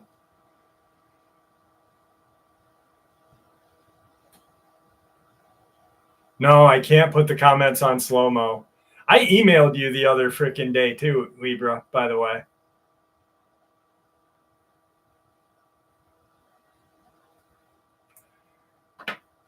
I know you were, Elsa. I know you were. I wasn't going to answer you just to be a jerk.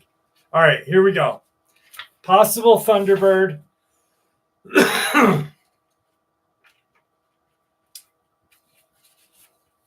My wife's sighting experience happened not this past Thanksgiving Day, but Thanksgiving Day of 2020. We did our Thanksgiving celebration the day before as she and our son-in-law headed.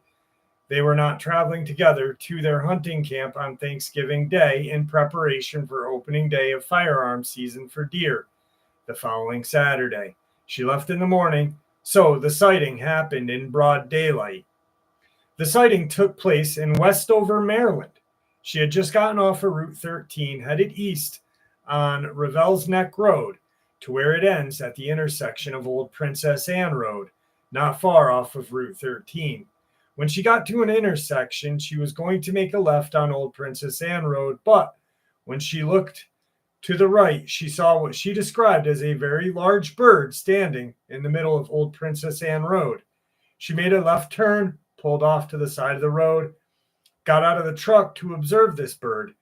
She said it was approximately 70 yards away from her. It was standing in the middle of the road, but it had its wings spread.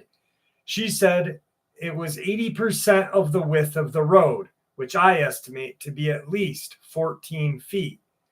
She said she observed it from behind. She did not see its head, only its back. It had brownish gray feathers, and the body of a bird was approximately 4.5 feet in height. She watched it for 5 minutes before she got back in the truck and headed toward hunting camp, which is not very far from where she saw this creature. She also said that she's not the only one who saw it. She said while she was standing beside her truck watching this thing, another vehicle that she described as a large service vehicle, so it's possible the Denmarva power vehicle. She said that they were 2 occupants in the vehicle and that when the vehicle pulled up to the same intersection that she turned from, the driver looked at her and pointed at the bird. She said both occupants of the service truck looked and saw the bird as well. Shortly after that, she got in the truck and left. She said that it was the largest creature she had ever seen. She and I are both experienced hunters, and we have both seen several species of large bird that are indigenous to Maryland, including owl, bald eagle, heron, but none of them are anywhere near close to the size of this bird she saw on Thanksgiving Day. When she got back from her hunting trip, she was telling me about it, and she had no idea what she saw. I told her what she described sounded very much like a Thunderbird. I asked her why she didn't get photos or a video of it since she was able to observe it for so long. She said she didn't think about it because she was so taken back. Nonetheless, now she is kicking herself for not getting a photo at least.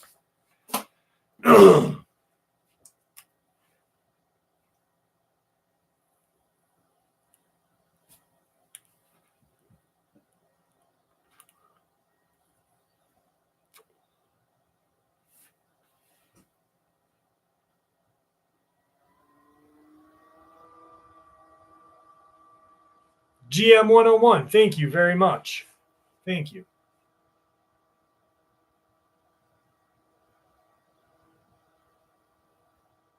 I don't know about a condor in Maryland.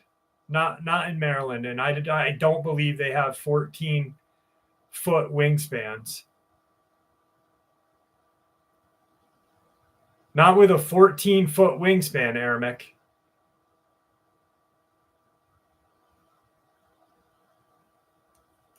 I mean, you're the guy that said Mothman doesn't exist at one point. So, oh,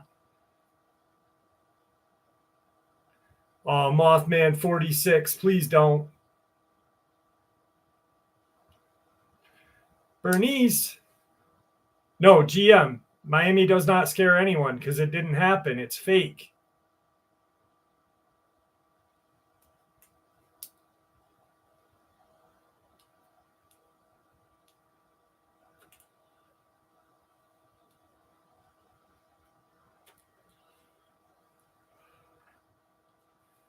Dude from Texas, have a good night, brother. Thank you for joining us.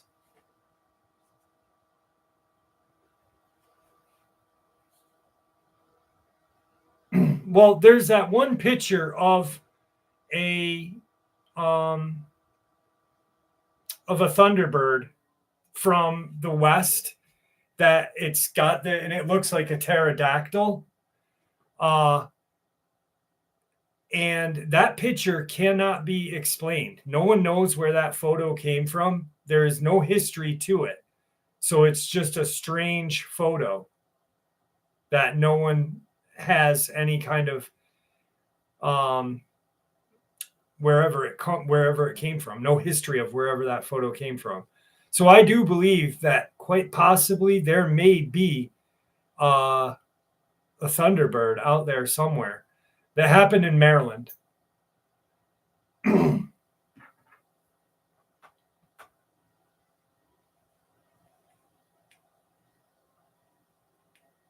Yeah, it is so you know what photo I'm talking about, Ethan. Love does win, Libra. Just like Lenny Kravitz said.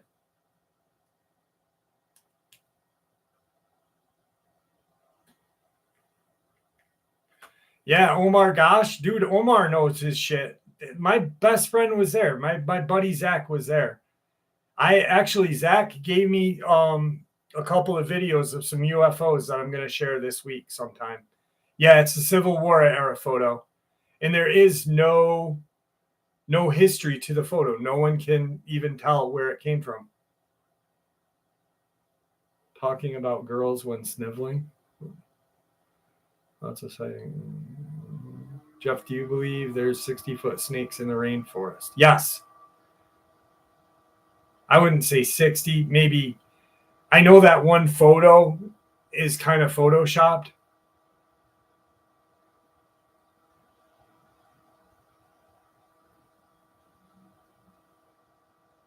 And I'm a swamp donkey.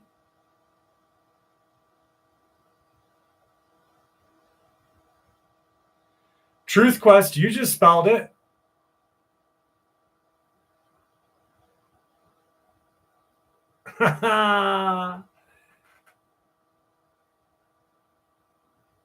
No, yours didn't, Gravity. Yours didn't look like a pterodactyl. Tracy, I don't know if Pigman is real. I bet you if Pigman was real, his bacon would be phenomenal.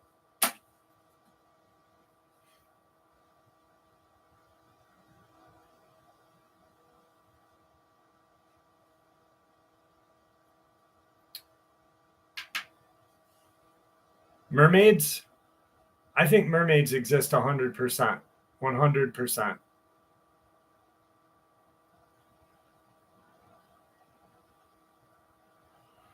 That's what I was thinking, David. When the government...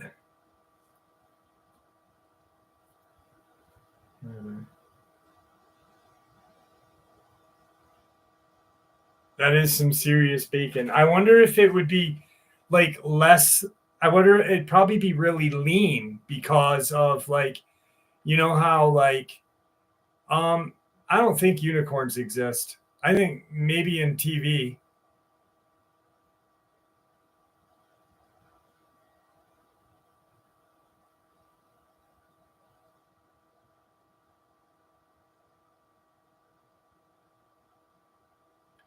Is there any American with no Dogman or Bigfoot? No idea what that means.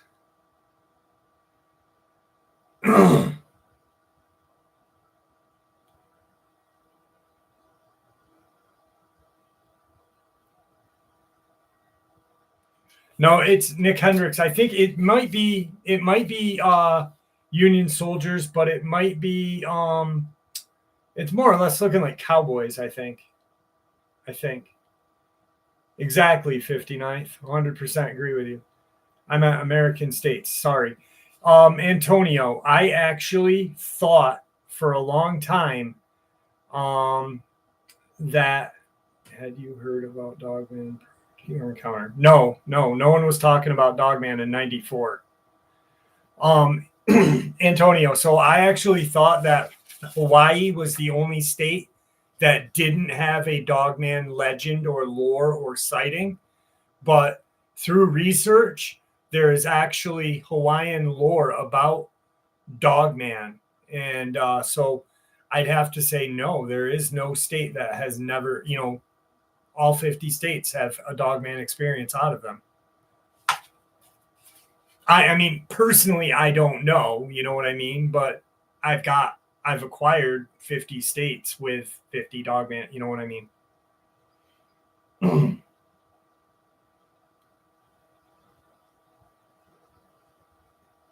Elon Musk, definitely alien. Definitely. He's either alien or AI.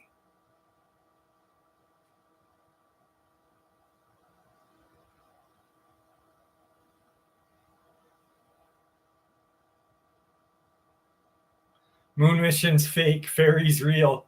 Oh shit! Never heard Dogman in '94. It's only the last couple of years that I heard about it.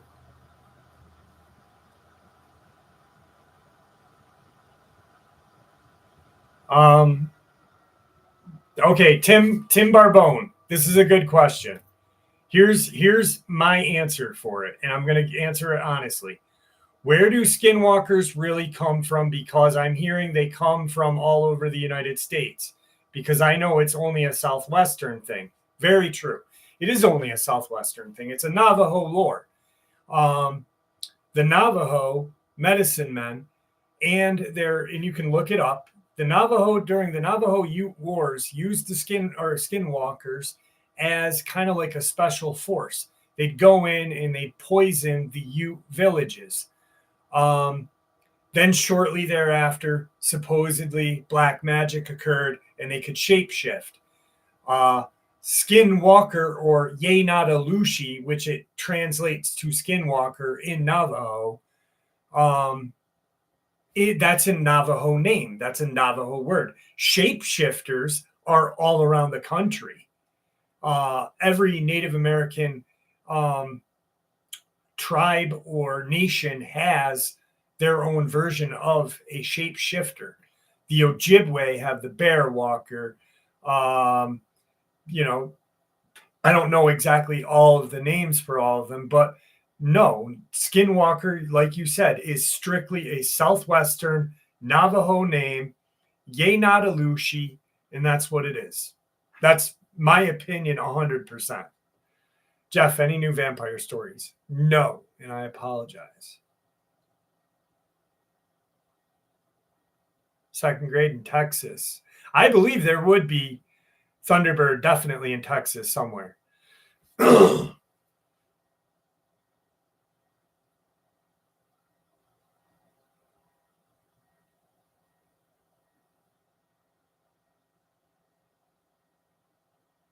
$10,000 question. Are monsters real? From what I've seen, yeah.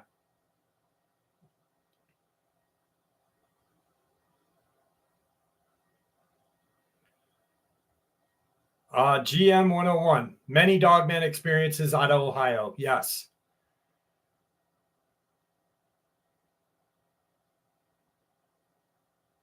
Ethan R., you are 100% right. Jimmy Fields, can't read. Definition of monsters.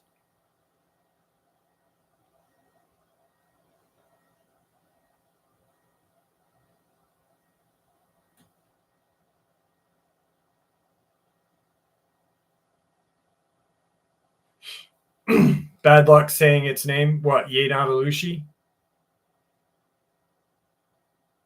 Thank you, Ermic. Ha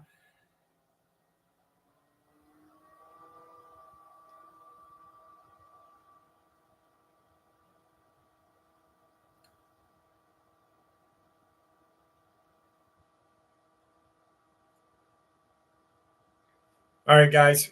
I'm going to do one more experience and then I'm going to end it because I got to check on my daughter. Just because I know she's not really feeling great tonight. So I want to make sure she's okay. But I want to find a really good, creepy encounter for you to end the night with. And once again, I'm sorry I've been off my game. It's just been a fucking really bad week.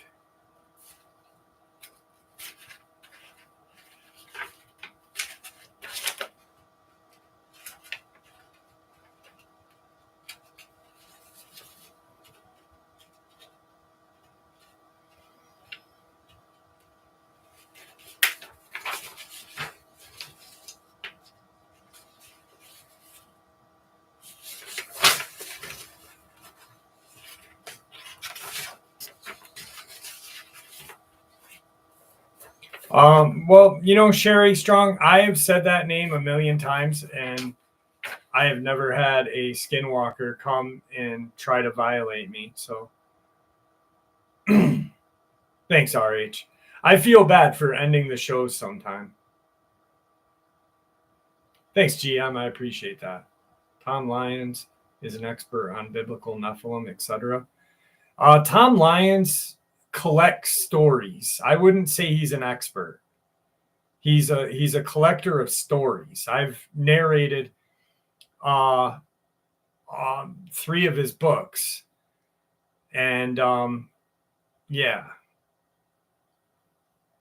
I wouldn't say he was a expert. He was a collector of stories. There is no expert in this field at all. I mean, if you're going to say that as a expert, then Stephen Quayle would be, or what's his name? Fuck. What's that other guy's name? I forget. Yeah, exactly, Jimmy Fields. No worries, Tim.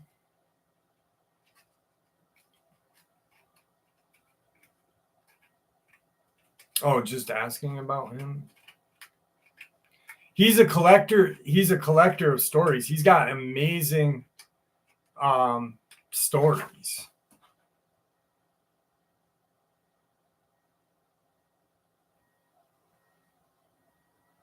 How does having many stories make you smart?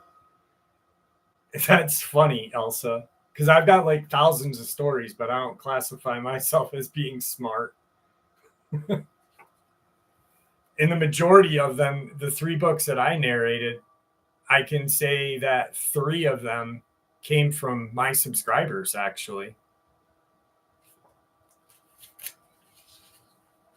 Gen 6, I do believe I have that. Expert collector. Exactly. Exactly, TW. All right. I don't classify myself as being smart at all. I absorb the knowledge. That's it. You guys, we're all smart though. If you really think about it, we all have different fucking, like, here's the thing. We all know something other than other people. Like, I learned different things from you guys that I didn't know. And you guys learn stuff from me. You know what I mean? Imagine if we could collectively, like, put all of our knowledge into one big kind of egghead. Holy shit, that would be cool. What would we call him? Who would we call him? Who knows?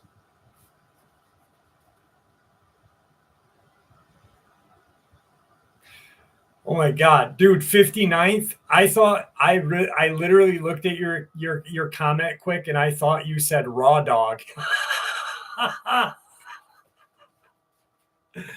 Oh man. Oh. Thank you, T Chambers. I'm lucky to have you guys. You guys have no idea. You guys like literally make me happy. You guys fill me with joy. I love you guys. And I really am sorry if I came off like a dick at the beginning of the upload, because it's been such a fucking hard week, man. You know, my dad literally is dying, and then my daughter gets like deathly ill, and I was just mentally fucked. So I'm sorry once again. I live in a small house, and behind me is woods with an abandoned pool, barn, and a slab of concrete where a house was built. Before I get into my experience, there are a few things you need to know about this land. First, the house that was on the concrete was demolished in one day. When we asked our neighbor about it, he told us one day the family was there, the next day they were gone, and the house was gone, almost like they packed up and left overnight. Second, in the barn, there were two names written. Lily Lewis, thank you, dear. I appreciate you. Thank you. Two names written, Jenna and Jenna and Jenny, both with the same date, 1997. Third, there is an old lawn chair sitting out there in the middle of the woods with only a small layer of leaves. If you think about it, by now those leaves would have piled up on that chair, not just a small pile. Also, the metal is not rusted. With that being said, yes, we have strange things, but nothing like the dream I had last night. It started with my boyfriend. I was walking out in the woods. We kept hearing things and noticed that we were being followed. After we got out, a little girl appeared wearing a white but older dress. Her hair was knotted, like she had been in the woods for a long time, and the color in her eyes was black, almost like her pupil had taken over. I turned around and asked, "Are you okay?" And she reached out, touched me. I instantly went into a flashback, but not mine, it was hers. There was a couple, no later in their 30s, crying hysterically, while a group of 6 or 7 children, all with black eyes around the ages of 6 to 16, were around them. A little boy around the age of 8 or 9 with dirty overalls and a shirt spoke up. "You're on our land. This is our land. We told you to leave." He then picks up an axe and chops at the girl's arm.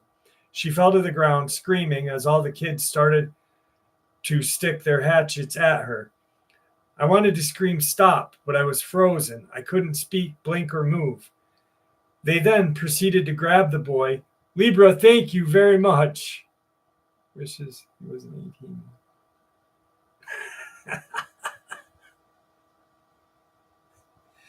I wanted to scream stop. They proceeded to grab the boy, tying him to the ground. Then suddenly I was back to the opening of our woods and the little girl stood there. I ran inside and kept peeking out. She was still watching, but I'm not going any further than the opening of the woods. When I finally woke up, I told my boyfriend, and he was in complete shock. I asked, "What's wrong?" He said he had a dream that he was being chased through the woods, but didn't know by what. Just recently, we looked into it, and there had been a little girl that had been killed by an axe. So, no, I was just busting your balls, Elsa. He did pass away, though. It is sad. Ironically enough, I'll tell you this. This is crazy because he asked me in September to narrate all 3 books that I had done, that like the 3 books that I narrated for him. He asked me to do them in one big thing. I didn't get it in time, and he must have passed between that period of time. Truth Quest, I can't bring my dad home. I wish I could. I wish I could. My dad is so sick that they put in what is it? In his neck, they put in a tunnel catheter because he has no more veins to go in. The other day he had a medevac or whatever it's called in his groin area, and he just ripped it out because of his delirium. There'd be no way my mom could take care of him. I wish we could bring him home, but we can't. It's literally killing me. So, my dad is 73. I got more gray hair than my dad does, to be honest.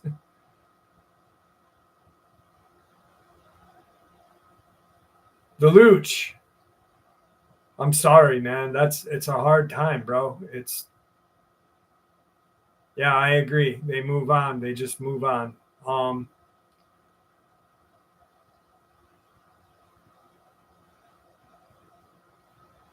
72.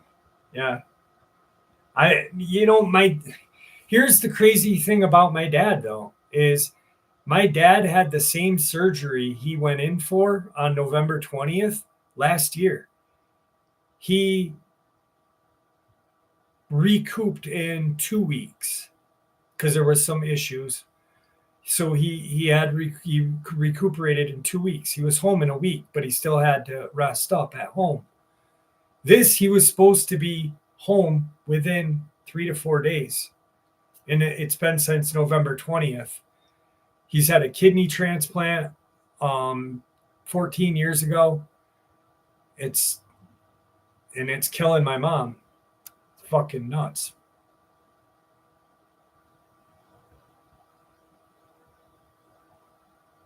Anesthesia, yeah. Sorry for your loss. I really am. Whew. Joe, yep.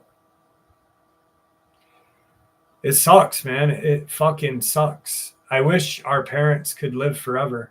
Here's the crazy thing, and this is why it bothers me so much right now, is because, so all of you guys know, obviously I talk about it because I'm not embarrassed of it.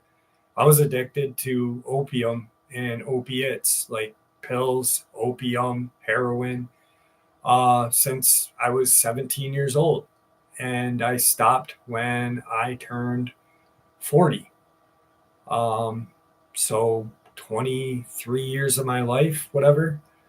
And me and my dad didn't get along. Now that I'm sober and have been sober for this long, I feel like I didn't have enough time with him, So, Libra, thank you very much. Also, what happens when the grid shuts down? Exactly. That's why, guys, you guys should, if anything, you should get a vehicle that does not have a computer in it.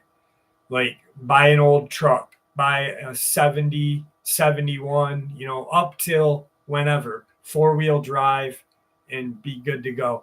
Lily Lewis, congratulations. April 4th was my last day I ever used heroin. April 4th of 2016. And I'll never forget it. I had 3 little baggies of dope, the little cellophane baggies, and I had 2 Roxy Cottons, and I had called the rehabilitation center, and I had everything scheduled for the 4th to go in.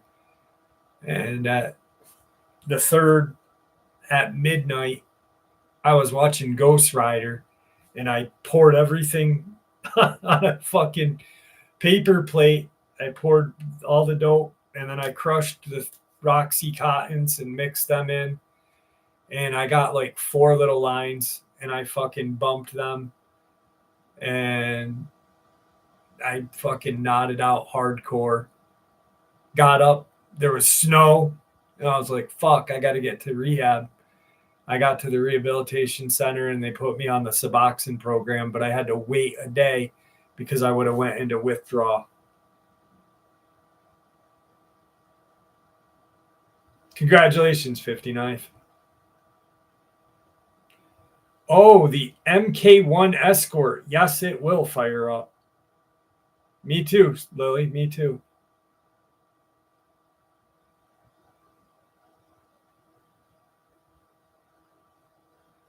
That's part of the reason why I emailed you this week, Libra, is just because I needed to talk to someone. Yeah, Iron Dogger. I you know what's sick is I actually OD'd once in front of my youngest daughter. Scumbag. I'm fucking never forgive myself for that. Fucking scumbag. But you know what is crazy is I'm not embarrassed of it. I hate myself for doing it, but I'm not embarrassed because I'm a better person today. And you know,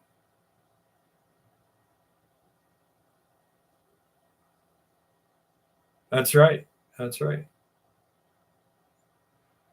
Foz, you're right. My dad is proud of me. He's amazingly proud of me. Amazing. Cosmic Black, thank you. We are our own worst enemy.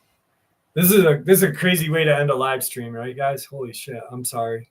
People are probably like, dude, what a fucking loser. Let's not talk to him anymore. But you know what's crazy is through all the years of researching and looking into all this, I have calculated that at least 70 to 80% of people who have had experiences with these creatures are addicted to some sort of drug. And that's the fucking truth. Like that I've talked to. Of course, I'll never tell you who, but honest to goodness.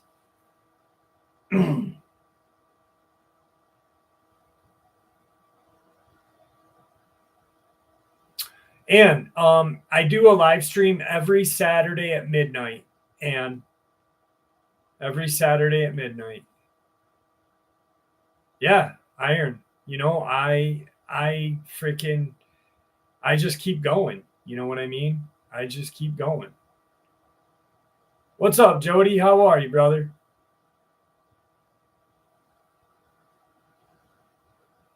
Kathy, you as well. You as well. I think by me diving deep into cryptids and wanting more information has helped keep me sober. So you guys have helped keep me sober. You guys have. You guys are part of my sobriety. I think that's why I love it so much, and I love you guys so much. Eastern Standard Time, yes. Yes, Sam.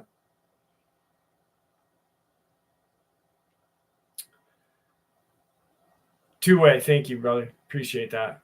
Or sister, brother, sister. Forget. But I do appreciate it.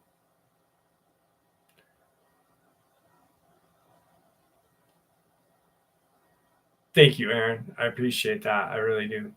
I really do. You know what? I'm going to get another jewel pod, and then I'm going to do one more encounter, maybe two.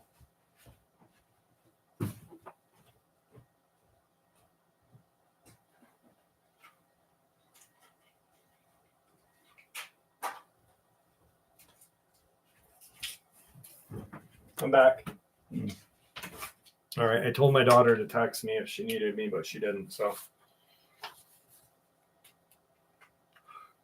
Joe, this one is for you because it's in your neck of the woods. Fucking thing.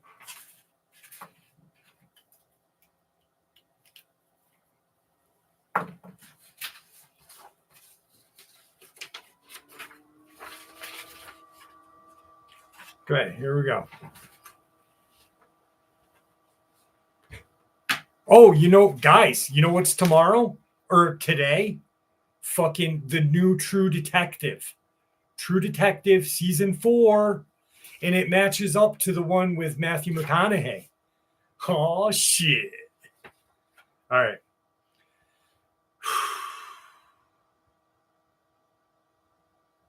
This occurred September 2016 while I was visiting West Grand Lake in Maine. I'd been playing with the dogs outside around dusk. The sun was below the tree line, but there was still plenty of light to see by, and went in to use the bathroom. My husband had been fiddling with a guitar, but wandered into the bathroom looking like he wanted to say something. He was pale and sweaty, kind of staring into space, so I was naturally concerned. He wouldn't tell me what was wrong at first, but I finally got out of him what he'd seen. He saw a huge black wolf walk by the window. I told him he must have seen a bear, knowing that there are not supposed to be wolves around here, and that the window was far too high for any canine on 4 legs to walk in front of. He said no, but whatever it was, I didn't want the dogs messing with it, so I ran back outside. They were still wrestling in the side yard, oblivious, so it was easy to get them back in. And then I had to look around. I didn't see an animal or any sign, but noted that the window was even higher than I thought. When I went back in, my husband described what he had seen: black bipedal wolf. He said the snout and ears were wolf-like, but it had yellow eyes that reminded him more of a cat. I measured the window at the bottom, and it was 6 feet off the ground. So for anything's head and torso to pass by from where he was standing, the animal would have had to have been 7 feet tall.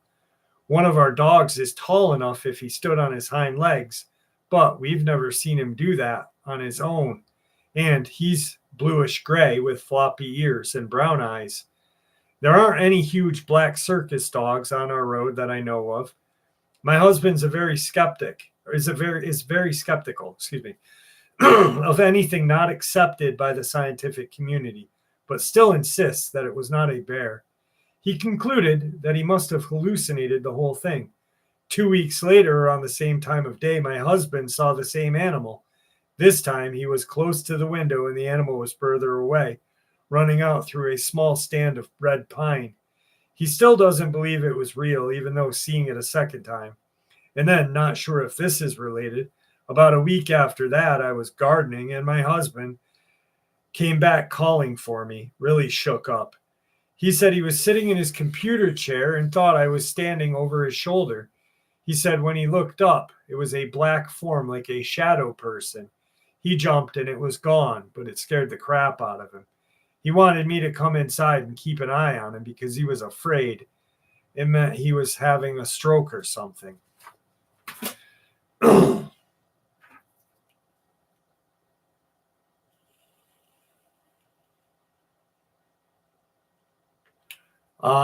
No idea. I have not spoken to Victor in a very long time. I think quite possibly he may have passed.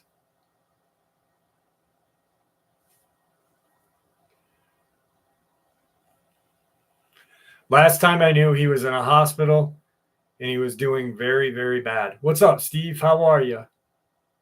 GG with the butt wings.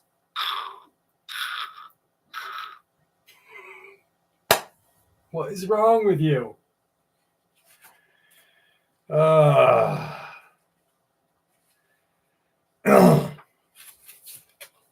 Thank you, Foxfire. Has anyone thought about capturing cryptid data in databases for use with AI machine learning?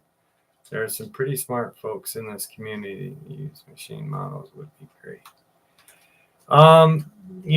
I don't think that would be a very, very smart thing to do because I think the information, being that it's AI and machine learning, would start to create fiction.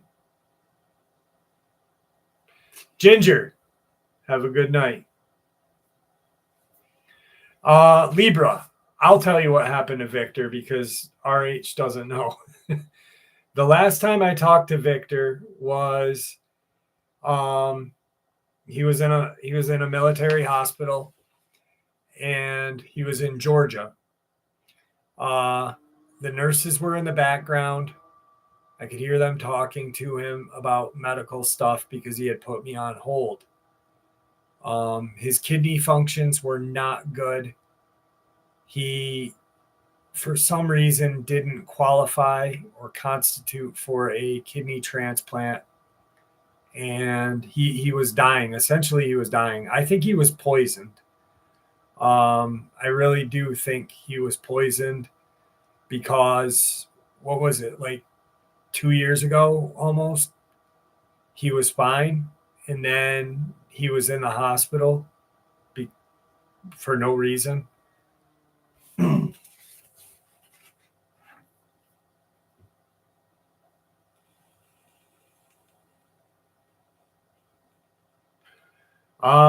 He was about 66.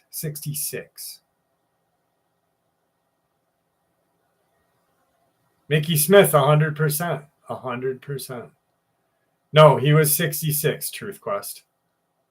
He wasn't 70.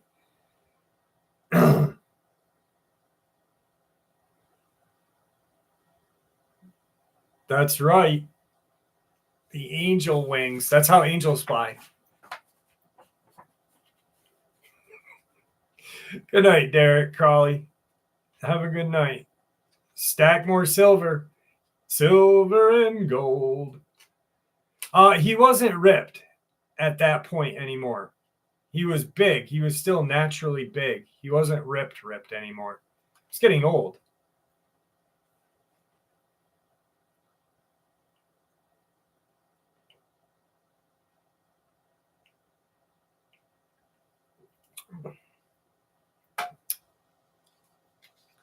Troy, have a good night. I hope you're staying warm up in the Messina region, my friend. Absolutely, Anastasia. Absolutely.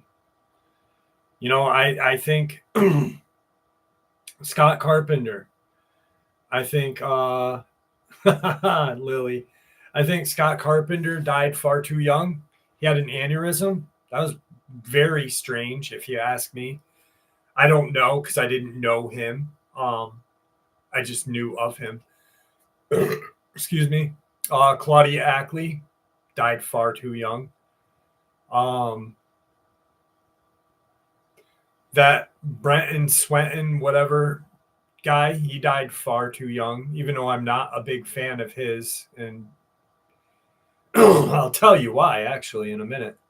But I think that the government sometimes, when you spit too much truth, they know how to cork your hole and shut you up.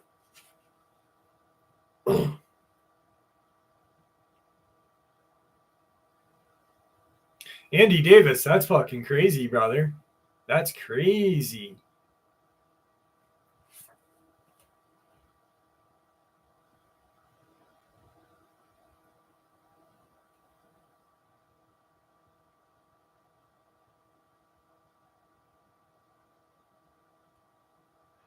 Definitely, I have, Enki. I have. Oh, God. Sabe. I fucking hate when people use that word, Sabe. Oh, are you Native American? 100% carded? Because to me, when people start saying, instead of saying Bigfoot or Sasquatch, they say, well, we believe in the Sabe. Oh, so dumb. Not you. I'm not saying you're dumb, Julie. I just like that whole community of people that like, it's like they're pompous people. They can't say Bigfoot, so they say Sabe. Ha ha! Actually, it's not Sabi or Sabe. It's Sabe, is how it's pronounced. I believe it's, what is it? Not Micmac. Because Micmac is Gugwe. Is it Lakota? I think it's Lakota.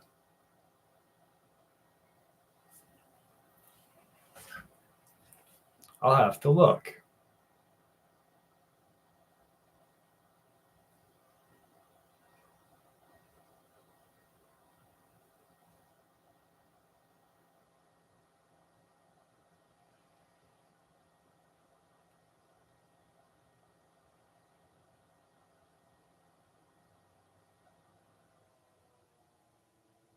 So Ojibwe.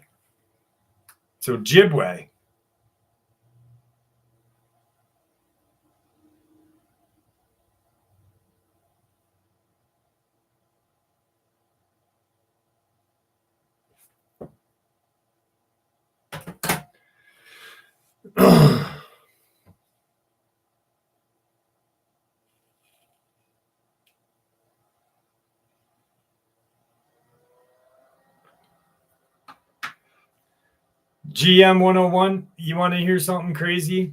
All right. So you guys know who Kirk Stokes is, right? Kirk Stokes, really smart guy, really good person. Has some of the greatest video and photographic evidence I've ever seen I guess pretty decent, right? With Scott Carpenter's, that one video that he caught that he's famous for. But that that Brenton guy is the reason why Kirk Stokes stopped being in the community and stopped talking about this out loud. He just stopped because of that person, which is crazy. What did I miss? What did Tracy do? Tracy. Yes, Tracy, 100%. Thank you. Thank you. Oh.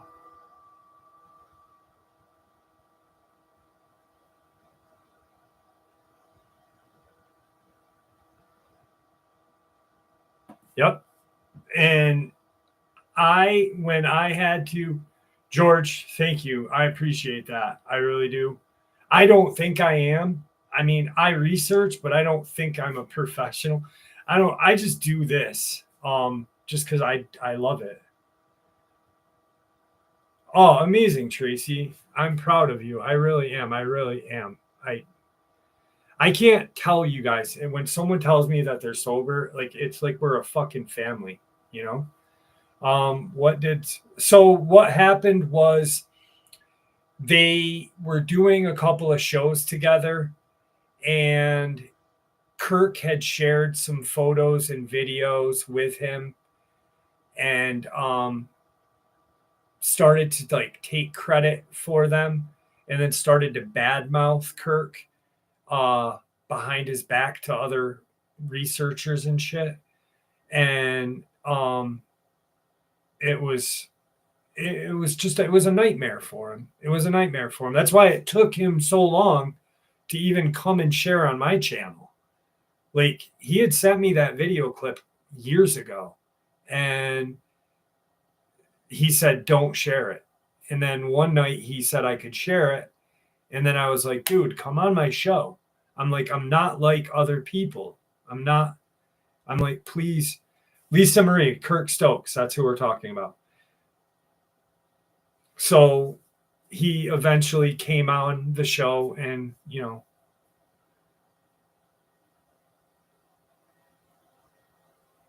I don't know, Jordy. I don't know. I think that, you know, I really think that if all the people that wrote books, so like if some people that write the books, people that research, people that have YouTube, people that like are in the community, if they all got off of their fucking pedestals and they all just like agreed to just, you know, hey, like my philosophy, like if I don't agree with your encounter, or not encounter, your theory, if I don't agree with your theory because it doesn't fit my theory, I'm still going to keep that in my pocket, because in a year it might fit.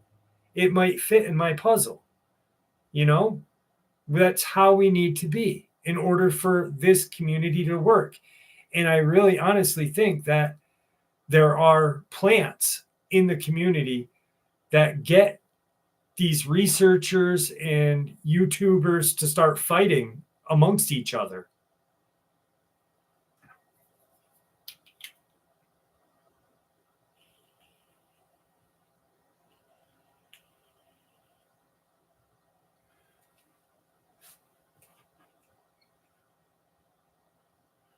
Yeah, Paul Chafin is amazing. He's just as good. He's just as good.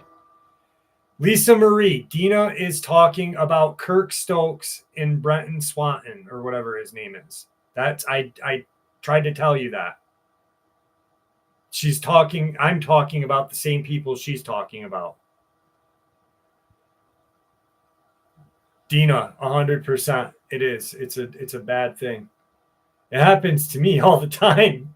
There's 2 channels that love to do it. I don't know. I'm not going to say his name right because he fucked with one of my friends. So I'll just say Swanton.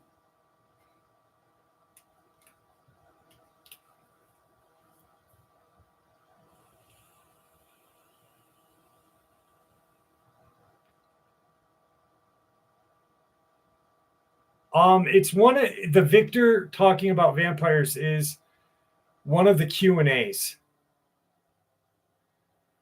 One of the Q&As.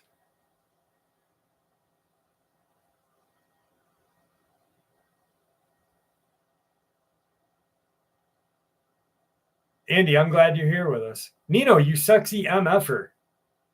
I look up and there's his face. I knew you were there. I said hi to you and then I saw your face. I was like, oh shit. Oh shit.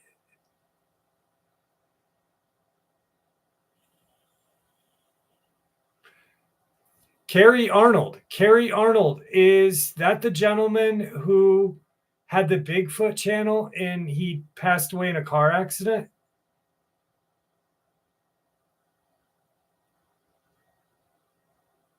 Am I mistaken? Yes. Okay. I heard he was decent.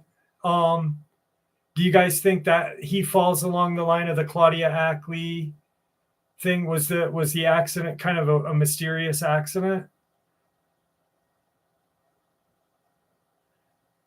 Kirk Stokes has more encounters than that. Yeah. Does anyone know? It was a strange accident. Because I know he was spitting truth.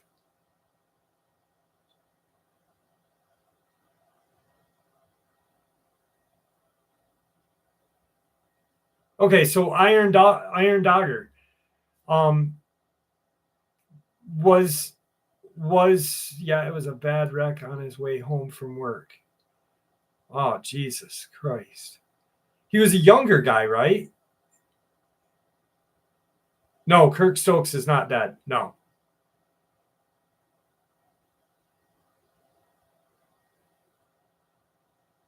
Yeah, hippie. She just said it was her. No, two-way. Never did. Got to speak to his kids though.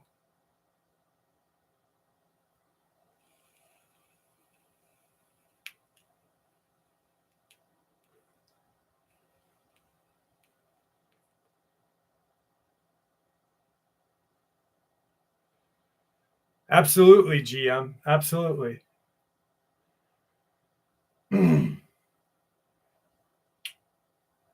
Yeah, there's yeah. Lily, I did, but no, I don't buy what that channel is talking about.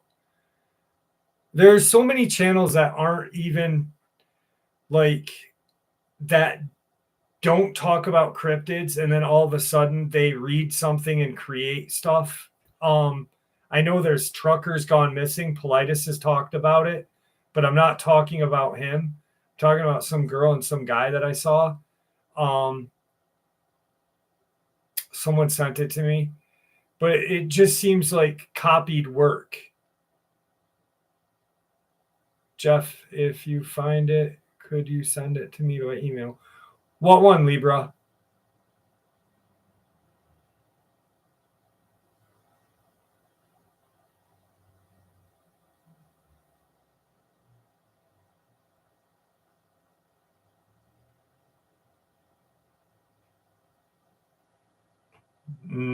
I do know her name, Andy, but I can't share it. Skipping ads.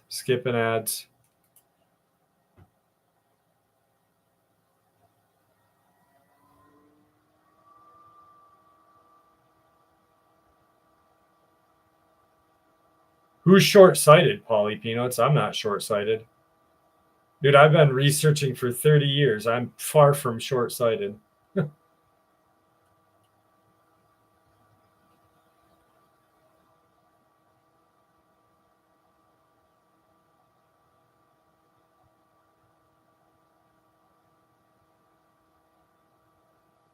Oh, there's a thing that comes up that I can skip ads because for some reason YouTube puts ads in live streams now.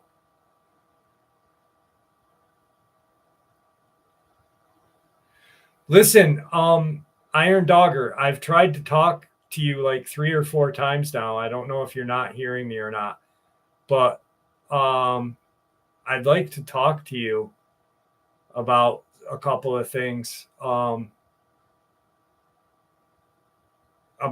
what you think and what everything. I appreciate you coming to the live stream tonight. Be safe. Alaska. Are you doing some research out there? That's probably a good thing, Enki. That's probably a good thing.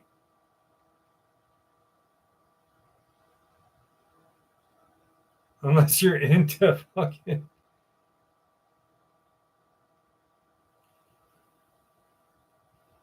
I know what you want me to send you now, Libra. Yes, the Victor thing. Yes, I will email it to you.